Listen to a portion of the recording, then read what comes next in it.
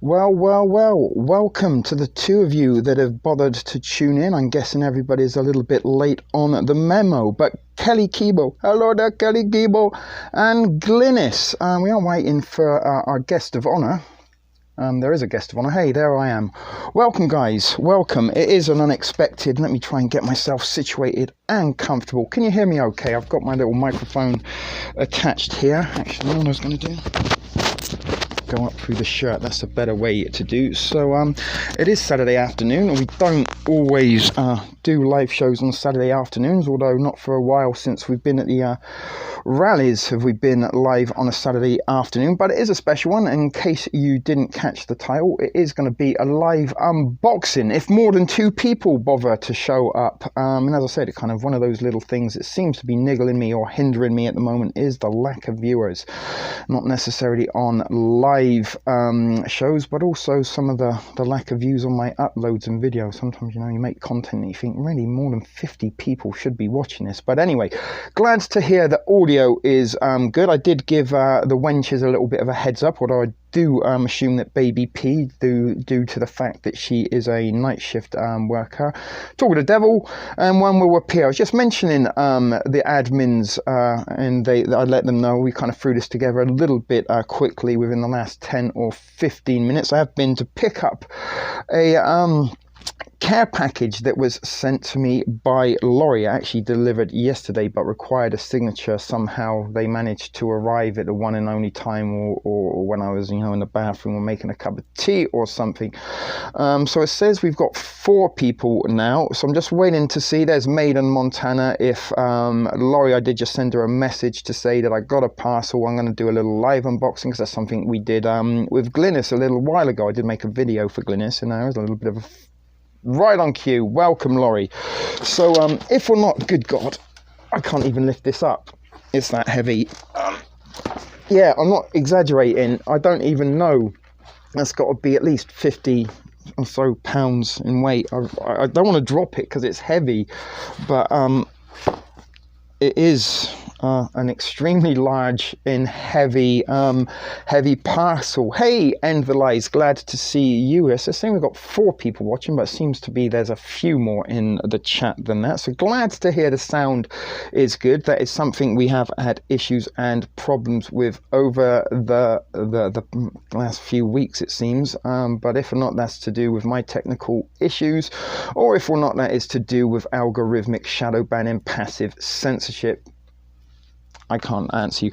But anyway, the funny story I was going to tell you that a little while ago, a few months during this pandemic, Glynis, bless her cotton socks, I was going to say cotton panties, but that might have seemed a little bit creepy, certainly before 8 p.m. 20 plus pounds. Yeah, I was probably exaggerating a little bit, but that is a heavy weight. And even when I went to collect it, the poor little Chinese girl behind the counter, I had to collect it from a grocery store because it wasn't sent by Royal Mail, and they left it at a grocery store for me to go and pick up. One of these kind of independent mom and pop shops that are out on my street. But when the little girl behind me, oh my word, it's so heavy. But anyway, Glynis, bless her cotton socks, a few months ago, and there is the video. You could watch that after this if you like watching me unbox care packages from you. But Glynis sent me a care package, which actually at the time I made a video of me unboxing it. However, I don't know what happened. Somehow I confused Glynis for Laurie. And no, there's nothing leaking, Laurie, at the moment. Certainly nothing is creeping out of the box. We will get into our unboxing very, very shortly. But for the duration of that video, I got Glynis and Laurie confused, and I made a whole video about thanking Laurie and how amazing Laurie was for sending me this care package, when it was in fact Glynis that sent me. So there was a little bit of confusion because both those girls are out in British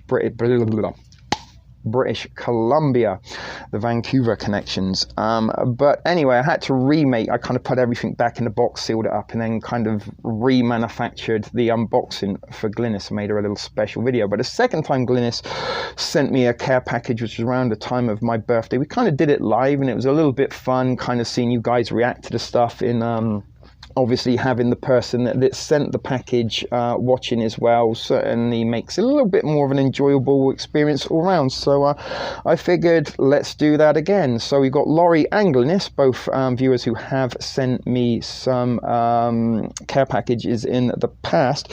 So how are you all doing today? Let's sort of have a little bit of a catch up with you all, because it's been a couple of days since we did the last show on TSP TV. With Zahara. That was a fantastic show. I was actually getting a lot of good positive feedback, and could you like this? Maybe we could have got Laurie on the phone if we'd have thought about it at some point, but never mind. But anyway, hope everyone's well. It is Saturday, September the something or other. I don't even care anymore. It's the 19th. It's the 19th of the 9th. 19, no, I don't know. Anyway, 9/19. So lots of numerology, and of course September is of course a month where we all remember those terrible events. So I've got my good old little box cutter on hand so we can slice through the package, but those terrible events on that Tuesday morning. But let's forget about doom and gloom right now. Maybe I should have put some music on in the background while we were unboxing it. That might have been a good thing to have done. Oh my word, live is the best. Yeah, it is good fun. I'm doing it live, and I must admit, let me try and get myself positioned, because it is an extremely... So we've got some bubble wrap. Do you want me to pop some? So before I do go any further, Laurie, my darling, thank you so much for this. Just how heavy it is one can only wonder what is in here. But I've kind of opened it up. I don't know if you can see. There looks like there's a candy bar right off the bat there. So one by one, we will take these items out and show you what we've got. So as I said, Glynis, I'm getting you confused already. As I said, Laurie, my internal gratitude goes out to you, and already there is just some amazingly wonderful looking things, and just the time and effort you have gone to package this. Let me just show you guys. It is exciting. I'm glad you guys. It's kind of a little bit like Christmas. So look, we can see that. Oh my god, it is actually hot. It's like holding like a couple of babies, and something's fallen out that I'm going to try and scoop back this direction with my foot. Alright, sorry about this guys, as it happens, my goodness. So the first thing was a whole bunch of lighters, and I've actually lost a whole bunch of lighters this weekend, and just went out yesterday and bought myself a new one. There it is. But now I have a whole bunch of lighters, so those are always handy. And also found something I picked up a little while ago actually in terms of lighters. I was scouting around. Oh, hang on, is the safety on? Yeah, and that, which also doubles up as a little bit of a weapon in an emergency. You can kind of put that in your hand, it makes it nice and solid, and then if you kind of got some guy by his head or his hair, you could kind of start burning their face. That will go through an eyelid. So pick yourself one of those up if you can at your local convenience store. They are what crackheads use to cook up their pookie, but that will also serve you as some kind of self-defense weapon. Anyway, we're not here to talk about self-defense weapons you can find at a convenience store. It's kind of on my lap. I don't want to keep bending up and down. I am getting a little bit old, so I'm going to try and dump everything onto the studio. As you know, we've kind of rearranged a little bit now. We've heard... Yikes. We're going to have to go live.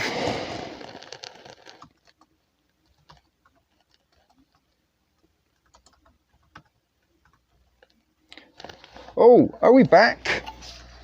Guys, let me know. Am I back? Can you hear me still? I think we lost the stream. I think we're... Hello? Let me type something.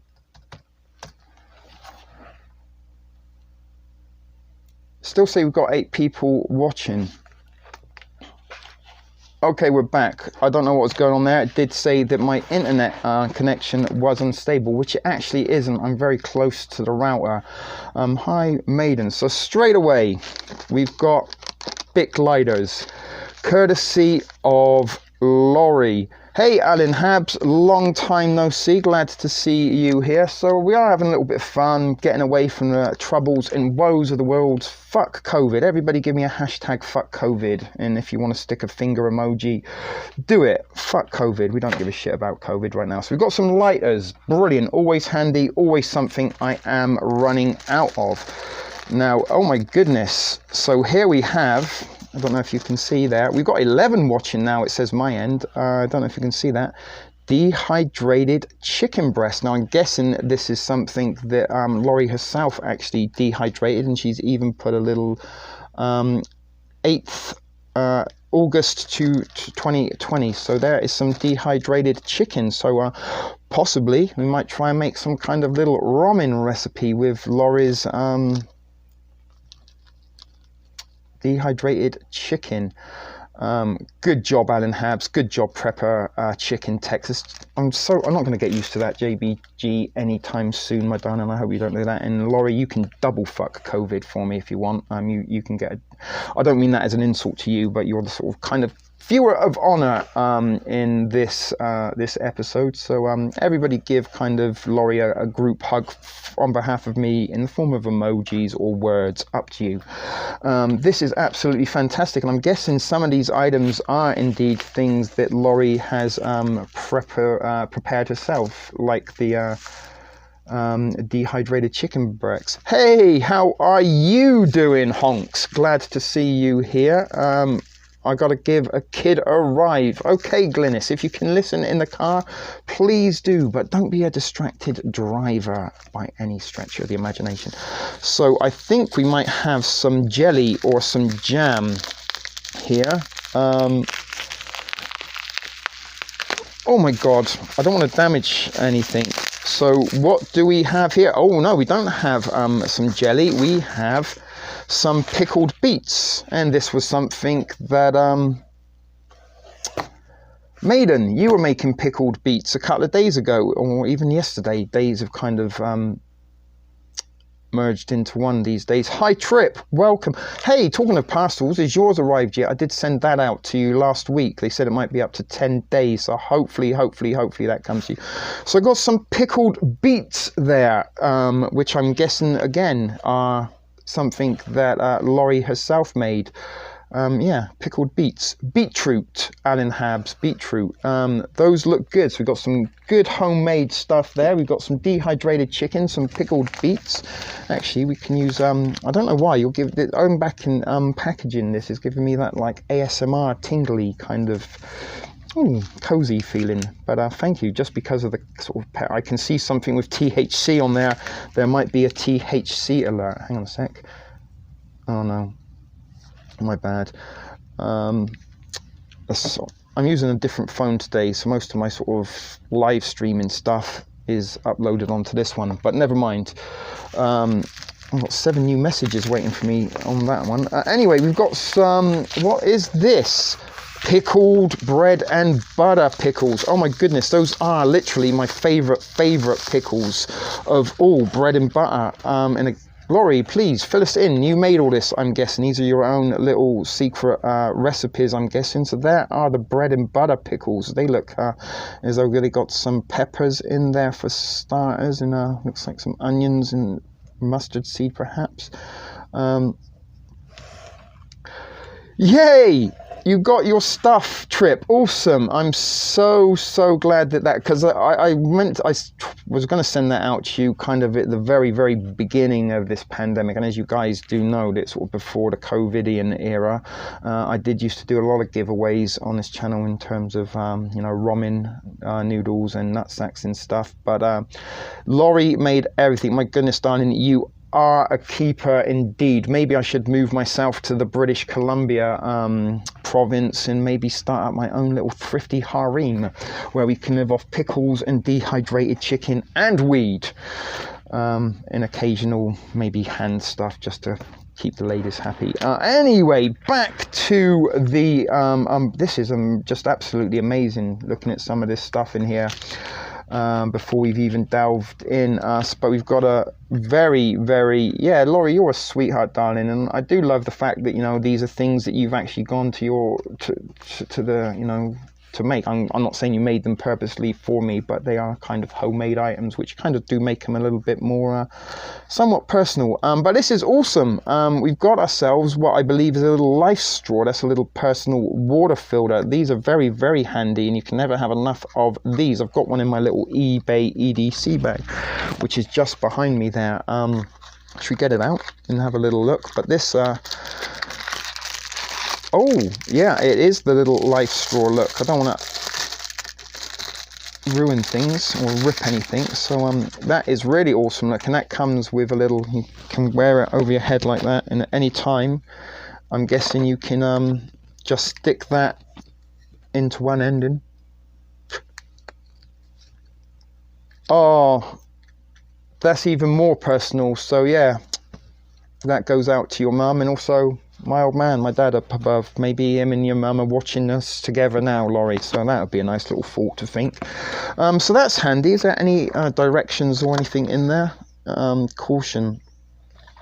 So that will be great. I'm gonna try and yeah, there you go. You can see. I don't know if you can see there. You got some perforations, and I guess you stick that end into the water, and then maybe we should try that out down at the lake. So that is fantastic and extremely handy and useful. Thank you for that, Laurie.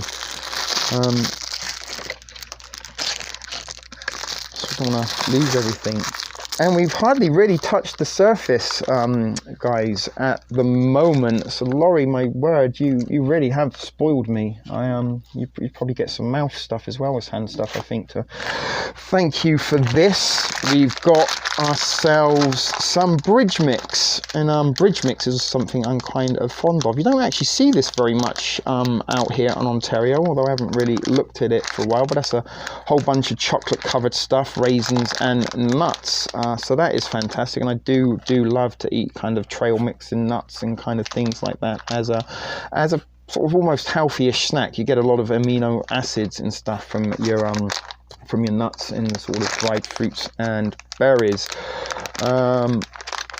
So yum. We got some bridge mix, and while we're on the nuts, so look, we can mix together and make ourselves. I'm guessing that was the purpose, because Glynis did that last time. She sent me a bunch of meat sticks, jerky, and things to make my own trail mix, which was absolutely delicious once it was there. So we can make some mixed nuts and mix it with the bridge mix, and I'm pretty sure Laurie will agree that's not going to be a bad idea at all. You've got some coffee crisps. They are actually a fantastic Canadian candy bar. If you haven't had a coffee crisp, they are really good. They're kind of a little bit like beaver nuts. Does it say they're beaver nuts? No, they're mixed nuts. Beaver nuts. Maybe that's what we could call this trail mix. So awesome. Candy bars are also something I do like, and I used to top up a lot of coffee crisps in the pantry.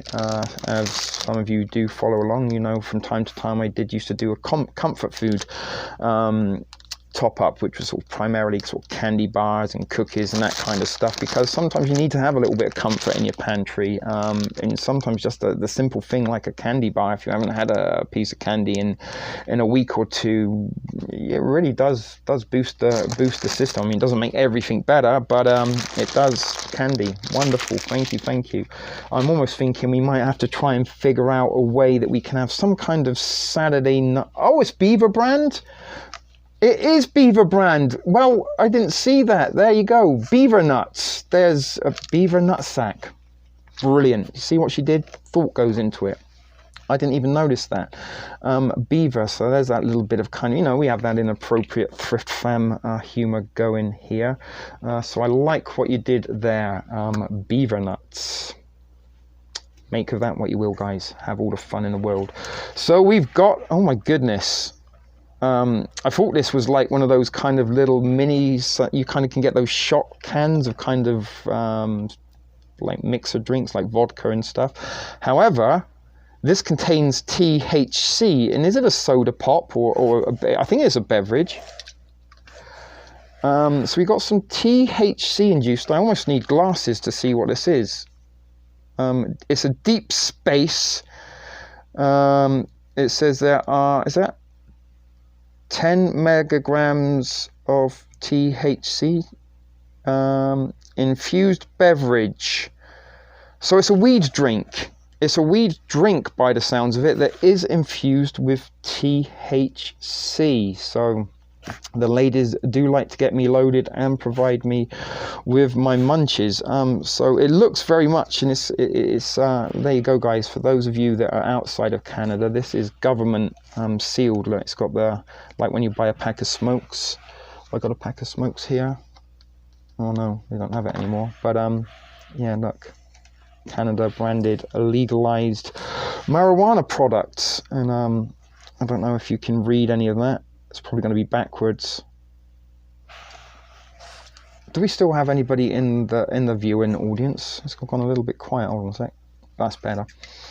All right, so we've got ourselves a weed drink, and why we are talking about, oh my goodness, there's even more weed things. Jeez. I should probably like eat a little bit of everything and drink everything.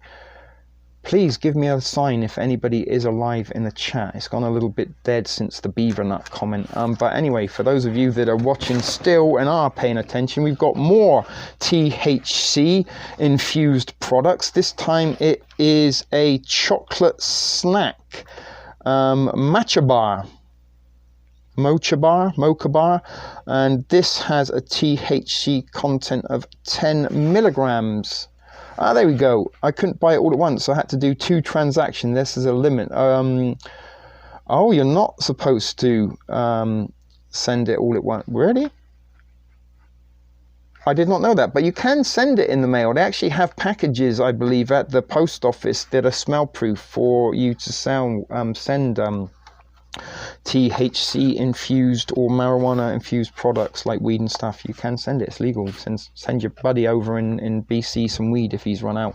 Can we get the back there? See if there are any ingredients, or if you can read it. Probably not. So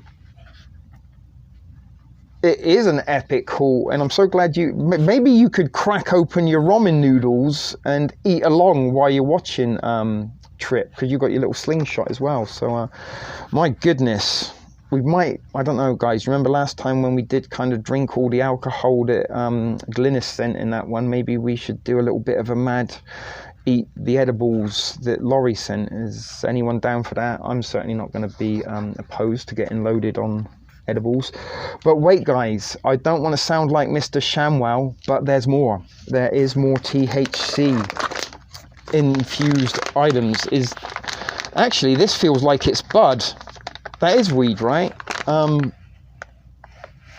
I believe. And look at that, it's in a Ziploc Mylar resealable baggie, which in its rightful self is giving me a little bit of a repackaging stiffy. But I think there's weed in here.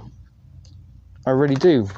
Is there weed in there? I don't want to open it because it's kind of, you know, sometimes when you get Christmas presents and birthday presents, they're all so nicely wrapped up.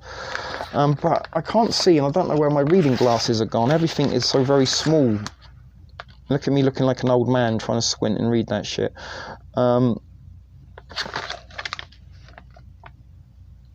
Alright, so there is some THC in there, and it's got 18% on there, and it is a sativa. And that's an ounce of marijuana, guys. That's how it comes here in Weed Look, in good old Canada. You can buy a bag of weed just like you can buy a bag of trail mix, guys, or bridge mix in this fate. So, wow, there is marijuana in there. And again, you can see on the back there is a little Canadian government seal to say that it is legal. So we've got ourselves an ounce of weed in there. We've lost 7 people. We had 11 watching. Something I've been unable to do is maintain double digits for this, for my live feeds recently. That's all right. Glad to see you back. Look, maiden, we've got a bag of weed, we've got edibles, and we've got a weed drink. And is this? It's a Thermoglow. I thought that was it. Is that like a little Sterno fuel can, right? Little stove thing there. That is always going to be, I think that's what that is. Again, I need glasses and to find the English directions. Pretty sure that's what it is. Thermoglow. Yes, it is camping fuel. It's camping fuel. So that's kind of like liquid fuel for you. Oh my word, oh my word, oh my word. Let me just kind of lift this up and see if you can see. There's jars of everything. This is where it gets, oh my goodness, I'm getting all tingly again. So we also have here, what are these? Oh my word, there's something else interesting. There's some dehydrated ground beef. I don't know if you can see, little hairs all standing over. Yeah, we will try it. We will try and find it and give it a little review. We will try and review many of these things at some point over the coming days and weeks. So we've got some dehydrated ground beef to go with our dehydrated chicken breast. But here's where we get interesting. Oh, let me take this one out first. So we've also got coffee. Coffee is something I do need in order, it's part of my trinity. Weed, tobacco and coffee, and then throw the sun on there. Everything's good in my world. But there we go. There is some nice coffee, and that's espresso roast coffee. So that will be very, very delicious. So maybe we might try to do some kind of recipe using, we'll figure it out. We'll figure it out. Spoiler alerts for future episodes. Hey, Glynis is back. Glad to see you, Glynis. We've got quite the marijuana stash to get through here. So we've got some more jars of things, courtesy of Laurie. And this is amazing. We've got some pickled pears. I was going to try and pickle some strawberries the other day. Let me it's kind of like rolling a condom off. Although there are some guys where it just falls off, but some of us do kind of have to struggle to roll it off. Anyway, back to the pears. So we've got some pickled pears, and again, all these little mason jars. Once we've eaten the contents, then they are reusable. Fantastic. So it's like a double gift. So we've got some pickled pears. Oh! We've got a sour cherry ring pop. Sour cherry, I thought that said squirts. I was going to see what she did. We've got beaver nuts and squirt in rings. There's fun to be had there, I'm sure. We've got a sucker kind of candy thing. It is. Trail mix is one of my favorite things to eat when I've got munchies. Yeah, pickled pears and pickled fruits are something that not so many people do, but you can. If you can pickle a vegetable, then you can pickle fruit. And with sort of not pickled low. Oh, you canned the pears. They're canned pears. Okay, so she's canned the pears from the neighbor, but you can pickle fruit. Pickled watermelon and pickled strawberries are something I wanted to try, but haven't got around to. But yeah, you can. It's a kind of a hipstery thing. If you were out in like Portland, maybe you'd be able to get lots of pickled fruits. But anyway, we've got some canned pears. We've got a variety of canned and pear things there. So sorry about that mistake. I thought that was pickled pears, but maybe that is an experiment we should try to do, pickling some fruit. Talking of fruit in a jar, I do got my Pruno. We might be able to have a little bit of a live update on my prison wine. If you haven't saw that video I put out last Saturday, how to make prison wine, aka Pruno, please do so. I do like it when you watch my videos. So anyway, we've got some granola bars, some Nature Valley sweet and salty. They are a hot commodity right now. Indeed they are. Food shortages and stuff do seem to be on the way. Oh my word, we've got some juice. I thought that was going to be gum. I thought we had some gum, but that's actually juicy berry flavored rolling papers. So we could probably roll ourselves a little bit of weed that was sent with the blueberry. Is it blueberry? Oh, blackberry-licious. Blackberry. Well, oh my word, there's more rolling papers. We've got a variety of rolling papers. I love it when you keep finding stuff and finding stuff. That's actually pretty cool. I haven't seen those before, and they're in a very fancy kind of almost deluxe package there. And it's even got, I don't know if you can see that, guys, it's got kind of like a little strap I've never actually seen those raws before. Those I almost don't want to use because they look so so unique.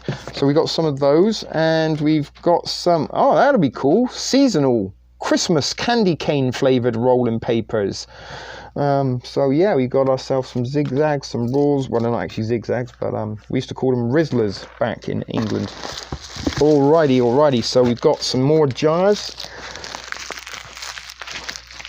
Let me get my little knife. They are making me all goosebumpy and tingly. With little hairs on the back of my neck are staying out. Those are what? Which ones? The Christmas ones? Let me see if they smell candy caney. And I don't know if you can see this, guys. Sorry, let me put that one down for a second. They are actually stripy, like a candy cane. Awesome. And there was the paper. Like, you should save those because you can actually roll with them if you need to, if you run out. But back to this jar. We've got some 6-bean soup or something going on here, or 11-bean soup. Again, kind of roll that off.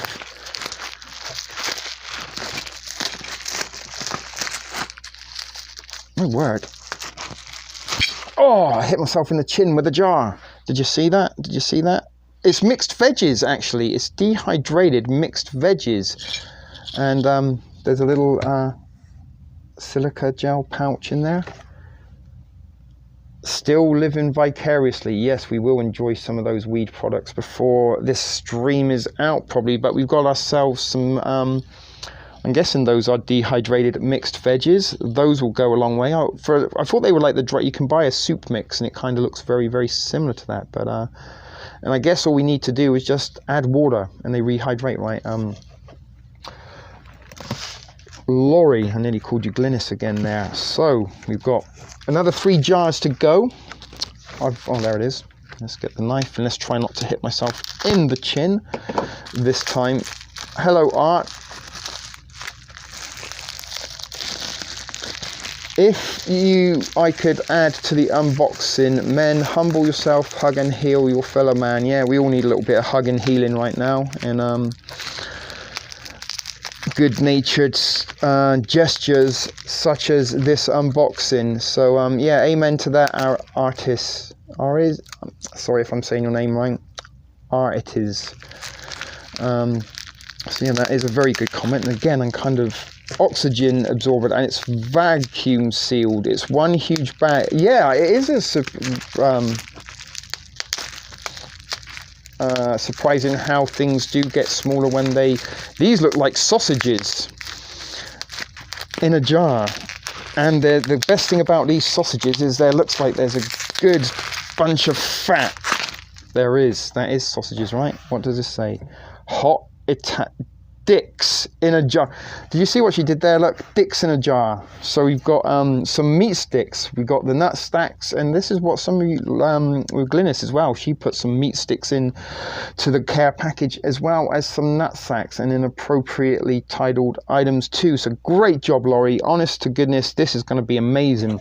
We should try and have a little Laurie feast there, but what I'm liking is that fat. That fat is golden flavor maker. You could even just spread that on some crackers or bread if you really wanted. So are these pickled or just canned? And that was from 0719. So you pickled those in July 1990s. Yeah, see, we are a little bit educational on this channel. So are these pickled or canned? You can also pickle sausages. Actually, you can pickle lots of things. That's pressure canned. Okay, so this has been pressure canned. So we've got a selection of dehydrated, pressure canned, pickled stuff as well. So that is fantastic. And these are all wonderful, wonderful kind of skills and pastime. But wait, there is another hidden. We've got some Juicy J pineapple flavored rolling papers. Yeah, Laurie is, these are skills mad skills, really and truly, and sort of skills that aren't, I'm not saying, you know, to take anything away, they're not actually skills that are that hard to acquire or learn. I mean, I do have a little bit of pickling kind of idea, cannoning stuff I haven't really gotten round to, but part of my kind of prepping sort of methods in philosophy for myself is, you know, up until the pandemic, I didn't really have time to often do all of these things. So for me, the sort of common sense approach was, let's just go get myself a bunch of kind of food in canned stuff that is ready to eat, and in an emergency that will serve me well.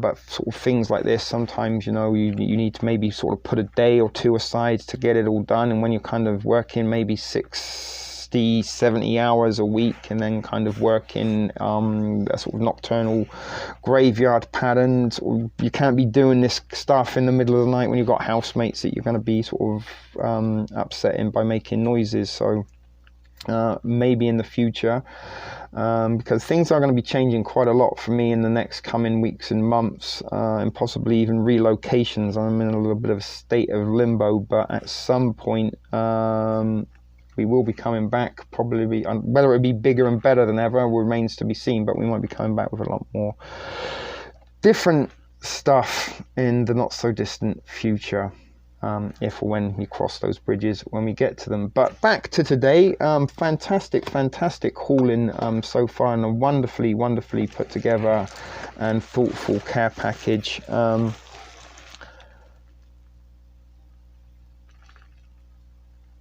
I have the room to store. You got me motivated to get more ready-to-eat products aside from dry rice and beans, and very true. Something I've always kind of looked at when I watched kind of prepper videos before I kind of did this, was nearly every single one of them, just get yourself a whole bunch of rice and beans and dried beans, and then get some mylar bags to keep them in, and then get plastic tubs to keep the mylar bags of rice in to double kind of, and this isn't bad advice, I'm not telling you at all that you shouldn't be going out and doing this, but what I don't tell you is you need like twice the amount of water in order to cook those rice and beans, plus additional water to wash and clean those things. They come very, you know, that you have to wash the starch off of the rice, and certainly with dried beans and stuff, you do have to give them a good rinse before you cook them, because you can actually get a little bit sick. Whereas you know, kind of the same amount of space that a 10-pound bag of rice would sort of fill, you can actually kind of stack a whole bunch of cans and break down some ramen noodles and sort of still get a certain amount of nutritional value from that.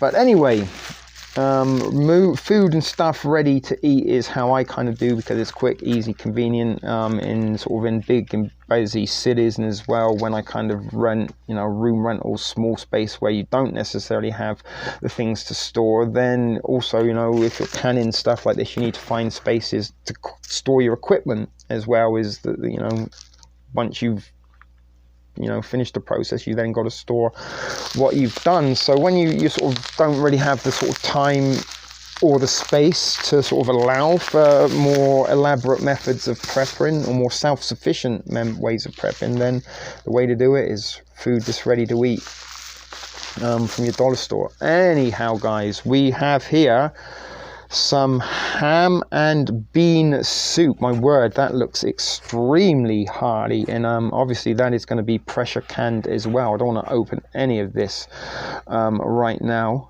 but we might have to have a lorry feast.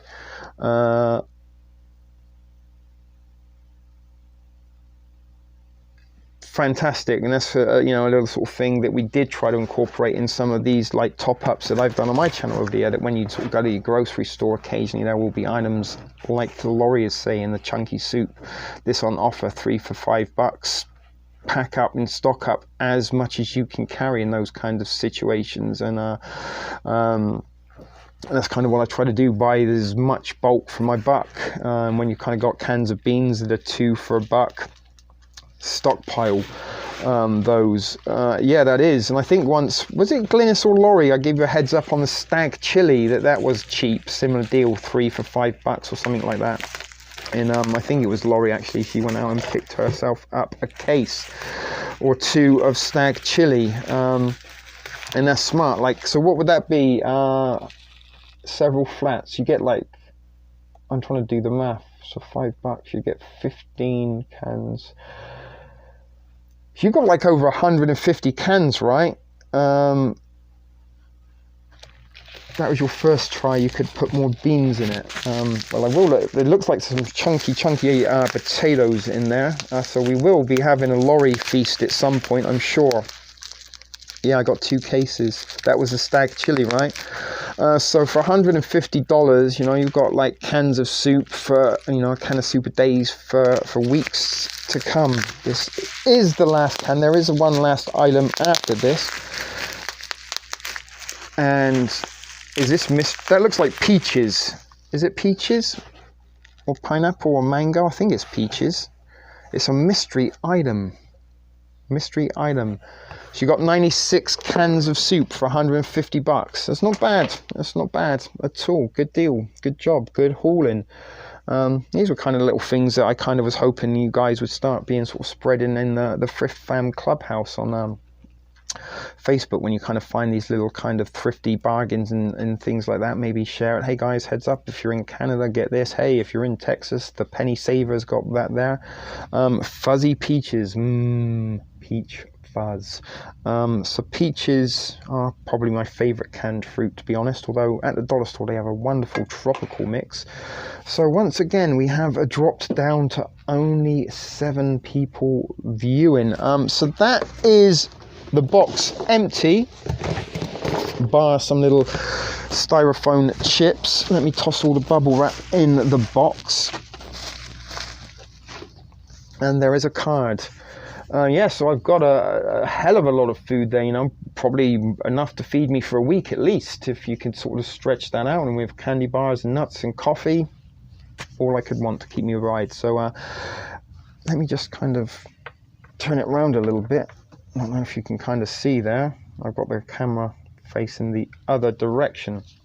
So that is everything that was a part of the haul. Fun. So yeah, we've got rolling papers, we've got weed, we've got edibles, and we've got a card. Are we allowed to read this on air, Laurie? Sometimes there might be sentimental items, or maybe even inappropriate photographs, so I don't want to sort of embarrass anybody. I have had inappropriate photographs and suggestions from viewers, so I'm just peeking to make sure there are no, doesn't look like there are any inappropriate photographs. And the message on the front: you're doing great, so just keep on. Hang on, let me actually read it the right way around. So just keep on taking it step by step, one day at a time. Are you woeing it the inappropriate photographs, Glynis? Yeah, I don't get it myself either, but it has happened. I'm not gonna lie. I'm not gonna share them. We've got a long letter. Okay, so my goodness.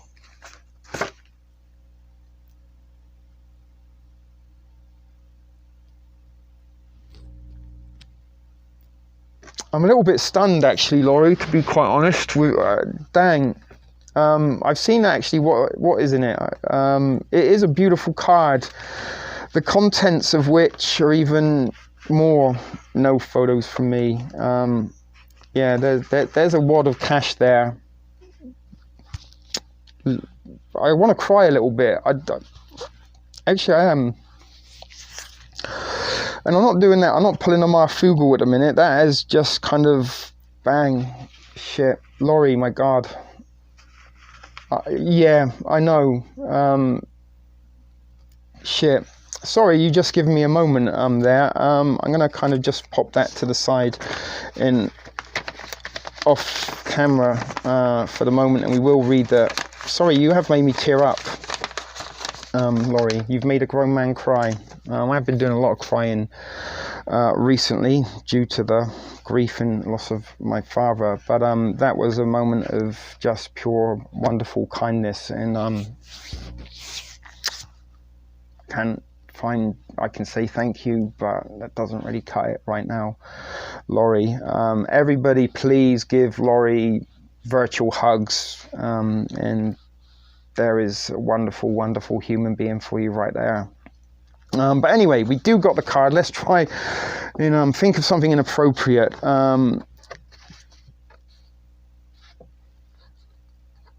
So I might not read this because there might be some things that might kind of make me kind of tear up, but I kind of show you guys there, if you can see a little bit. I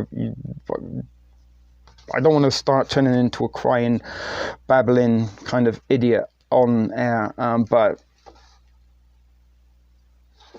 there are some wonderful, wonderful words in there, and you have my heart and my gratitude, Laurie, considerably. Let's have a little look at the letter here.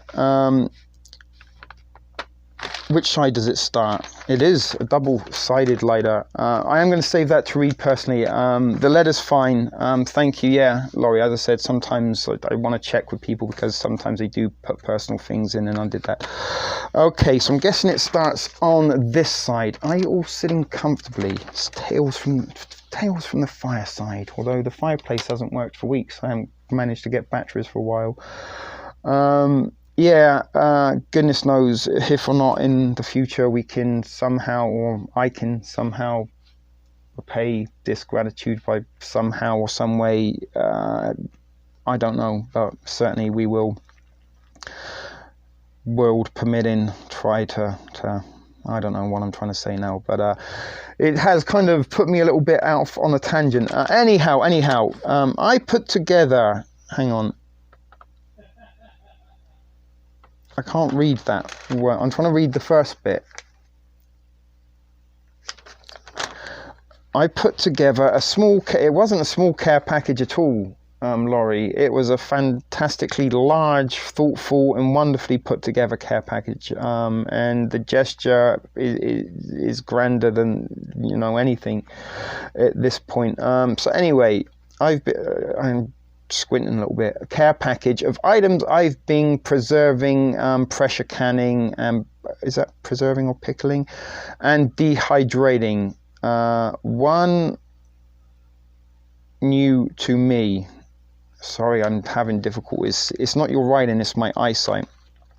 It's trial and error like the ham and bean soup. I only put in 1/8 of a cup of beans, not knowing how they would expand. I would definitely put more beans in, as we've established. And as you said, trial and error, and recipes are not necessarily designed to be followed. You can kind of figure it out for yourself, and you tailor make it. This is what we're saying.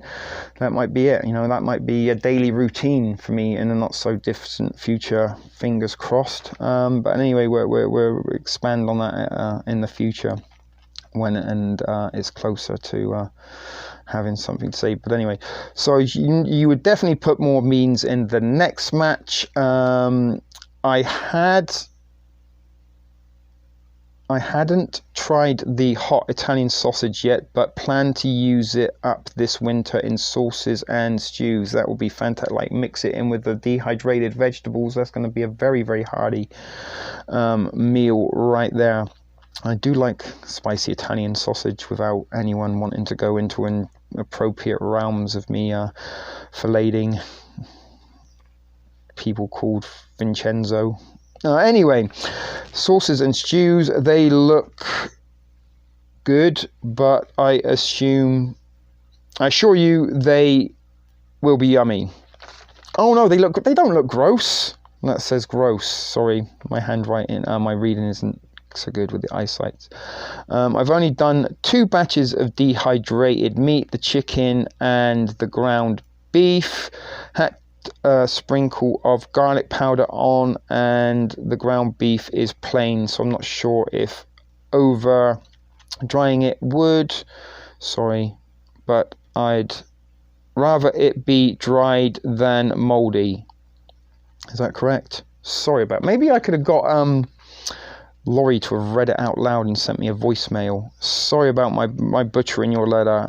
As I said, I do got reading glasses somewhere, which I can't see for love or money right now. I am kind of see if they're on the floor. So where are we now? Sorry guys if I'm losing you a little bit. Still 7 people watching. As for the mixed veggies, you will either love them or hate them. Oh no, that's the pickled beets.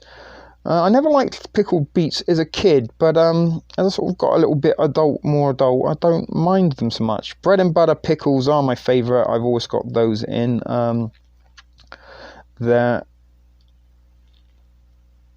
I hydrated the meat, so I'm curious how that will turn out. Indeed, we will try, or I will try, so we'll get round to maybe doing a little taste test on all of this items, because as I said, sometimes it's the gift that keeps giving, because we can do a little bit of a taste test review on the here.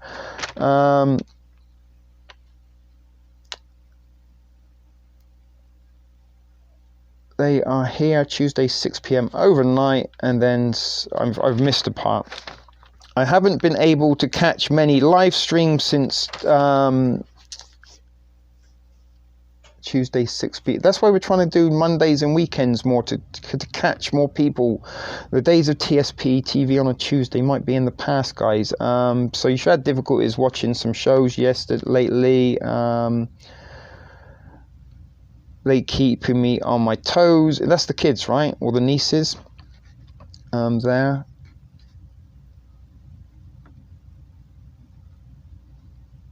I'm just about finished your box and had to run downtown to set some things up for you. And I want to get this shipped today. It was my mission. So you got your mission out there. Sorry, I'm really struggling to read without my glasses. It's making me feel a little bit of an idiot right now. But anyway, it is a wonderful letter. I'm keeping it thrifty, as you are with your chunky soup haul today. Speaking of thrifty, I stepped into my Dollarama Salvation Army thrift store. Sorry, my Salvation Army thrift store today, and there was a sign saying you couldn't shop without a mask.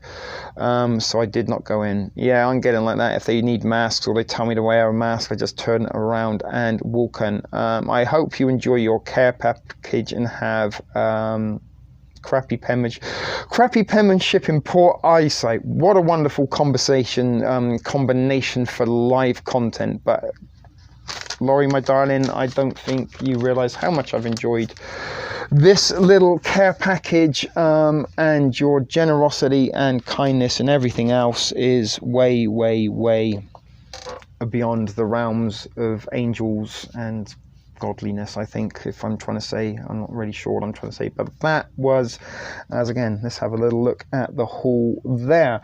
So guys, should we try something? What marijuana product should we try? We've got the little drink here. Maybe Laurie can explain. Have you tried this drink at all? I wish I had my glasses. This would help an awful lot more. So we've got the little drink, and we do have the chocolate.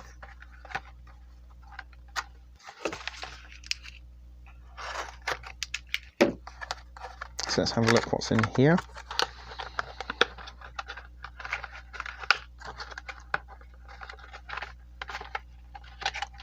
Why can't I open this? I don't want to ruin the packaging, but it's very difficult to get out for some reason. Let's try it from this end, maybe. You don't? Okay, so we've got a bar of chocolate, and I think each particular one is a 10 milligram serving. So it's 1, 2, 3, 4. There's 50 milligrams, I think, there, if I'm reading this right through my poor eyesight and squintiness. So shall I try a bite of this, ladies and gentlemen, or should I drink the drink? I don't want to drink the drink because it's kind of cool. Look at this sort of special seal thing that it's got on there to stop me drinking it. Anybody want to see me eat some of the chocolate or all of the weed chocolate? See how we end up with that? Anybody? Bueller? You tried a gummy candy and that was one. Okay, well, no one's like really sort of encouraging me not to or to, so I'm just going to... Shall I just eat it all?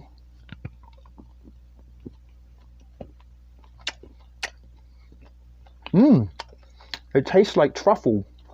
It's actually a very, very good chocolate bar in itself. The fact that there's added weed in there.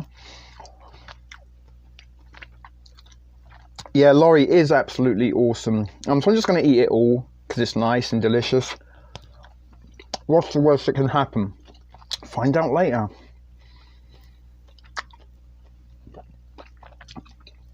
I don't know. See, Trip saying go for it.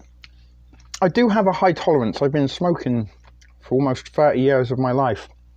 You can't actually taste the weed at all. Like, unlike the gummies that you may have seen me sample on these channels, it kind of tastes like Jello made with bong water.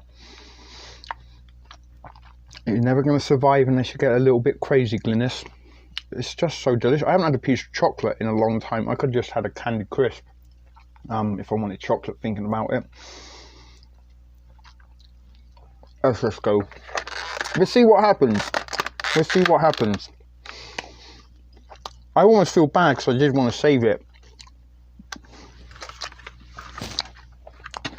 I'll put it in the background on top of Hoopty's box. That was another care package I was sent. There is a lot of just kind of group hug. How do you do that thing? There we are. Hang on. Wait. I forgot. I've got effects.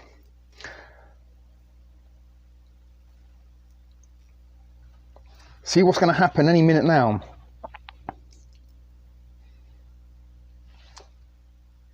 Oh no, that's the wrong one. We don't want to use that one.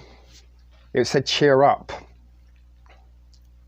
See, we've got all these little kind of cool things here. Don't know what that's all about, but we'll have a little look at that. Okay, oh, that said okay. All right, and let's just have one last ta-da. And if I can, where are they? Where are they? You know who I'm looking for. Everybody's favourites, the tumbling turds. That's not because it's shit. We just like the tumbling turds. Alrighty. I'm eating candy corn. It is that time of year. Halloween candy is in the stores. So we probably shouldn't drink this as well just yet. Or should we? I don't know. Should we or shouldn't we?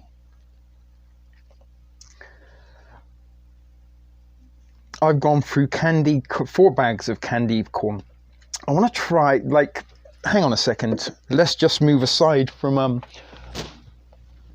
don't know if I give you a little bit of flesh then. Who wants a Pruno update?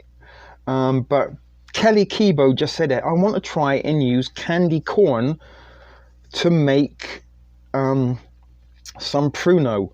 Glynis is saying no, I shouldn't drink the beverage. No, I will save that for another occasion. Maybe we can drink that on another live show. Baby P, she's not here. Awesome. So we will save that. But a Pruno update. That is my prison wine that I made a little while. And in prison they do use hard candy as their source of sugar and sort of a little bit of flavouring for Pruno. This I'm gonna have to. It's done. We're gonna have to burp the jar. Hang on, the microphone's there.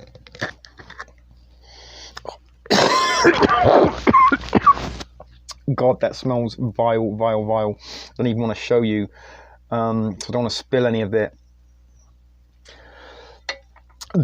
Look at you, Judy Bell. Drink it.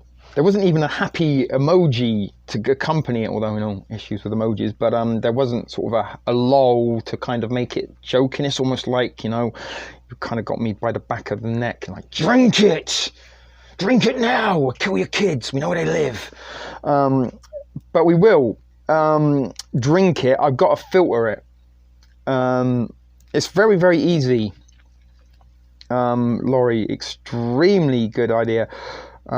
But yeah, before I kind of drink it, I'm Judy Bell. I don't know, I'm trying to get like a good shot That's what it looks like.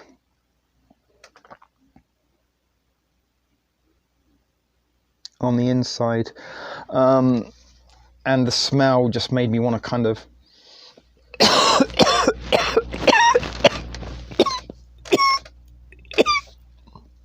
yeah, it kind of smells like puke. That's the only kind of, oh yeah, but we've got to kind of put it through a coffee filter and then we can kind of taste it. But I want it, it's prison wine. Laurie Glynis, this isn't like, you know, they didn't make this in a Californian vineyard with the finest ingredients. It was made out of some strawberries and bread and a lot of sugar. But I do, as I said, need to kind of put it through a coffee filter and into another jar before we try it. I am going to drink it, Judy Bell. Maybe not all of it. We might do a little taste test. But all I did was kind of left a bunch of strawberries in the bottom of the jar for a day or two with some sugar on them. So they kind of started to ferment. And when they did start to kind of ferment and go a little bit kind of squishy, you know, like just before they get overripe. And that's when I ended the water, the bread, and even more sugar. But what I kind of wanted to see if I could do, it did look a little bit like flesh, right? And yeah, this isn't like, it's alcohol that will get you fucked up, but it's not very, very delicious. And you kind of have to be desperate for a drink. But in the apocalypse, guys, this is kind of a little bit of a way that you can put yourself together some kind of hooch or moonshine. Where's our little crazy Cajun? She would have probably liked how to have made Pruno, but I do want to try and see if we can make delicious Pruno. And that was where I was going with the candy corn. It is that time of year where sort of Halloween candy is around, and I kind of thought candy corn Pruno might be topical, contemporary thing. It looked like squished spam. Do you want me to smell it again? Just for the reaction? I wish we had smell-o-vision. God, maybe I could wrap this up in the bubble wrap and send it to Laurie, and Laurie could taste the Pruno, or maybe Glynis. I don't know if anybody out there would be willing to try the Pruno. Judy Bell, if you were here, you and me would be doing shots. Where is my shot glass? It's somewhere. I do got a shot glass. I don't even know how much proof. I like Judy Bell's attitude. Hey, if it works, you know. In for a penny, in for a pound. It's kind of like, you know, when you sort of hook up with a girl just a little bit unfresh down there. It's like, fuck, really? Oh, well. You know, in for a penny, in for a pound.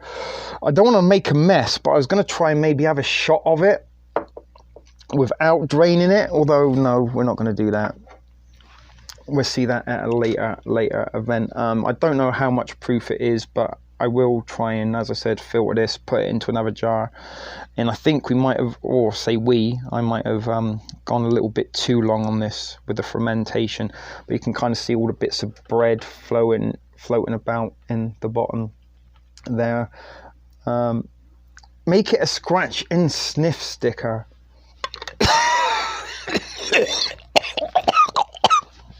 It gets in your throat.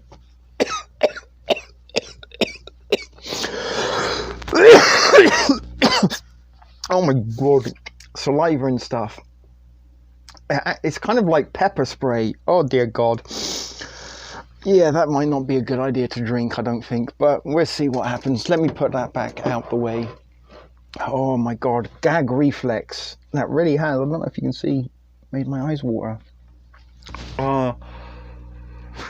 Exactly, we don't want, good thinking, we don't want to be kind of scraping up the weed chocolate puke and trying to ingest that again. Where do we go now? I don't know. I kind of do want to open this, but at the same time I don't. It's like almost I could throw that into my sort of bug out bag, and now I've got a sort of heat sealed 1 ounce of emergency marijuana. But I'm thinking I should probably roll one with the papers at some point. This is a sativa. Is that the name of it? Re-Up? Or is that like the brand name? Like I said, I do want to open it, but well, let's have a look. Damn, that's quite a strong seal. So there we go, guys. We have opened it. It's weed. I'm going to smoke it anyway at some point. Whoa, that is super packaged. How the hell do you get into this? It's got like one of those Tide Pods. It's meant to be smoked. Well, I know it is, but it's kind of got like the Tide Pod child safety thing in there. I can't get into it. How? What? That's just bizarre. Look, can you see? How does that open?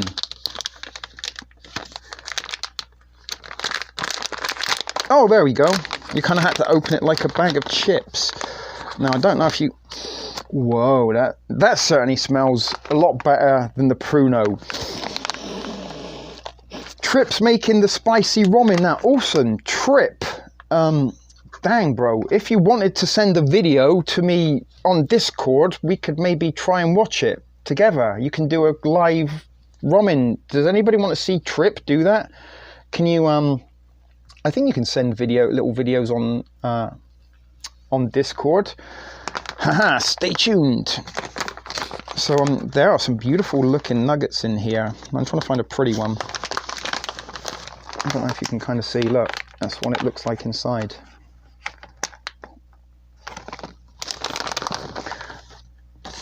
And there you go. Look at that. Beautiful, beautiful, juicy nug.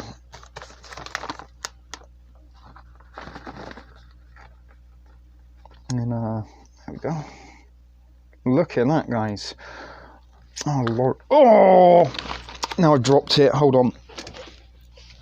I'm gonna have to maybe detach my camera for a sec. I've dropped weed on the floor. We're not gonna risk losing that.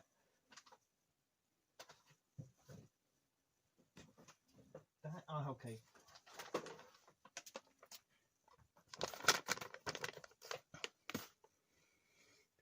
I'm not that savvy. I get you, Trip. No worries. It would have just been... there's another burp. What am I doing here? So, oh my goodness, I forgot about the straw. I'm just trying to rearrange everything to give myself a little bit of space. So I'm going to roll one. My goodness, I'm just looking at everything again. You are absolute angel, Laurie. Seriously, seriously, you are. Yeah, no, seriously, Glynis is right. This has been a wonderful little pick-me-up, and partly why I haven't sort of been making videos as much as I wanted to recently is just I haven't been able to face it, to be quite honest. But this was a very good incentive to get the camera rolling and interact with you. Guys, and as I said, I kind of been feeling a little bit down in the dumps with everything that's going on at the moment. Oh my god, yeah, storms. Maybe she blew away like Dorothy and she's living in a parallel universe, going down a yellow brick road with a soppy lion, a tin man. What was the other one? A scarecrow. And what was I doing? Rolling a spliff, right? Choose your flavor. Do we want... Let's go with the candy cane because they're cute, and some of you probably won't agree, but I like to roll spliffs, so I kind of mix it with tobacco. So I am going to roll a little one. Oh, these are good sized papers. I lost my train of thought. I was saying something else important a second ago. Oh, they taste minty, like the gum tastes.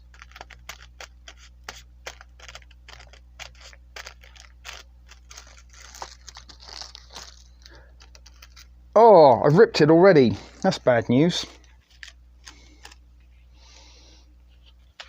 You know what? Those are difficult sized ones. I'm gonna...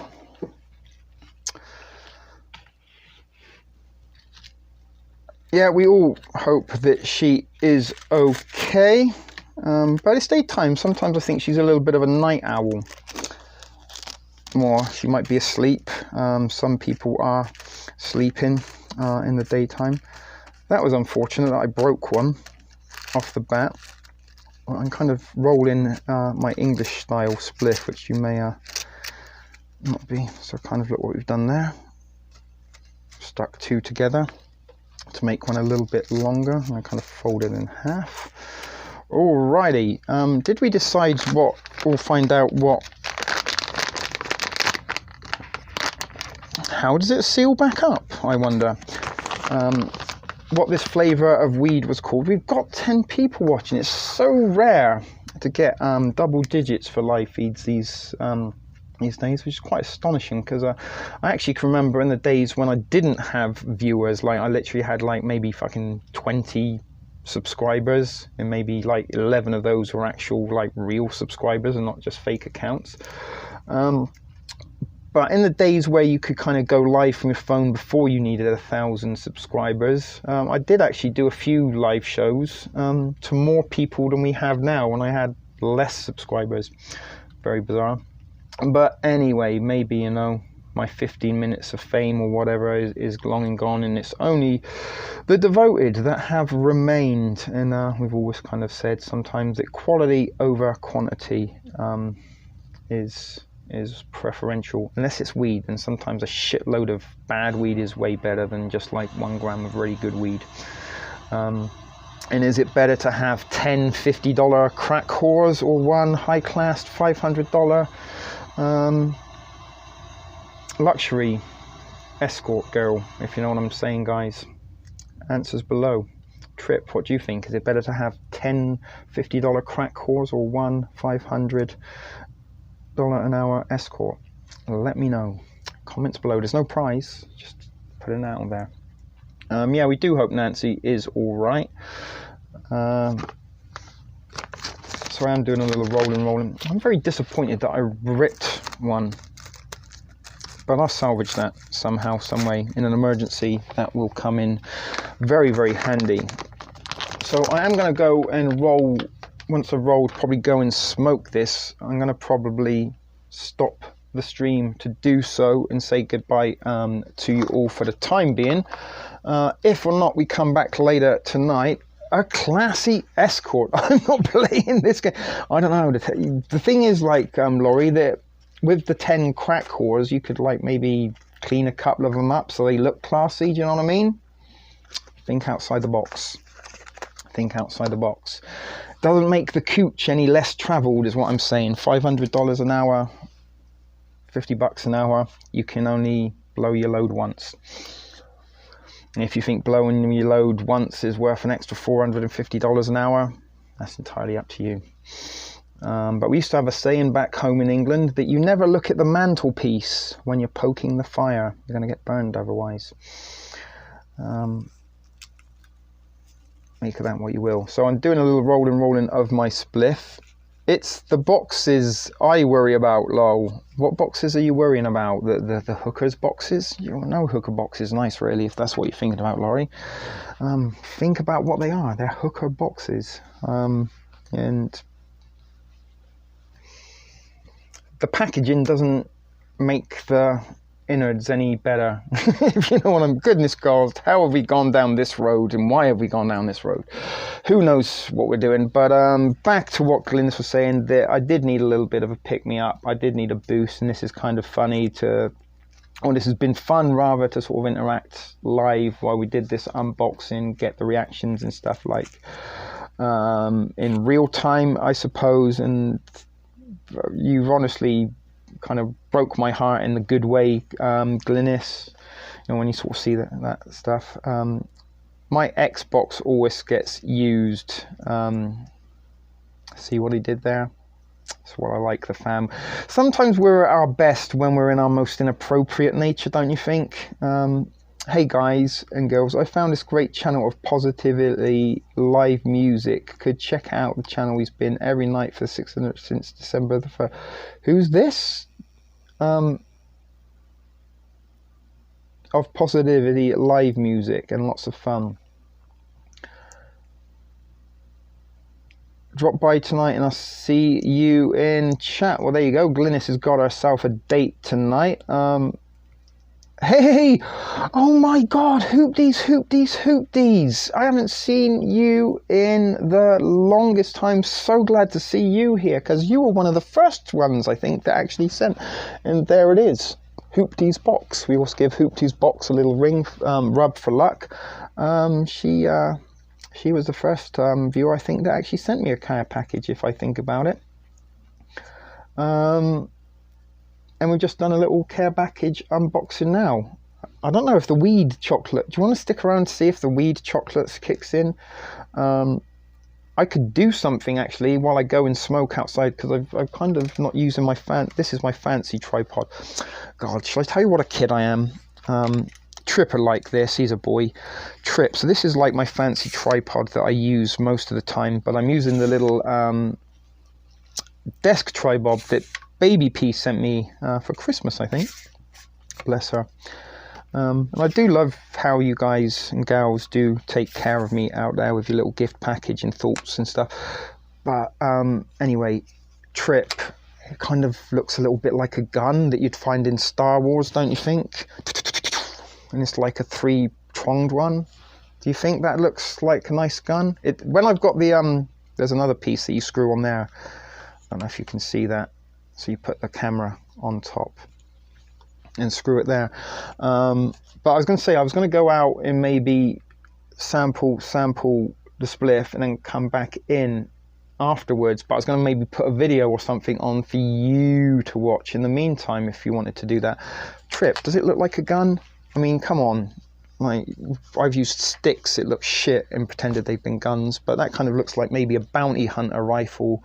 Maybe not... a Mandalorian one, maybe Zuckuss or Forlom might use one of those. And I like to play. But that is my fancy tripod look, and you can kind of open it up and it gets big, and it's got a little bit of a professional kind of thing there. And if you extend it, and you can turn that bit to make it move, or you can make it rigid.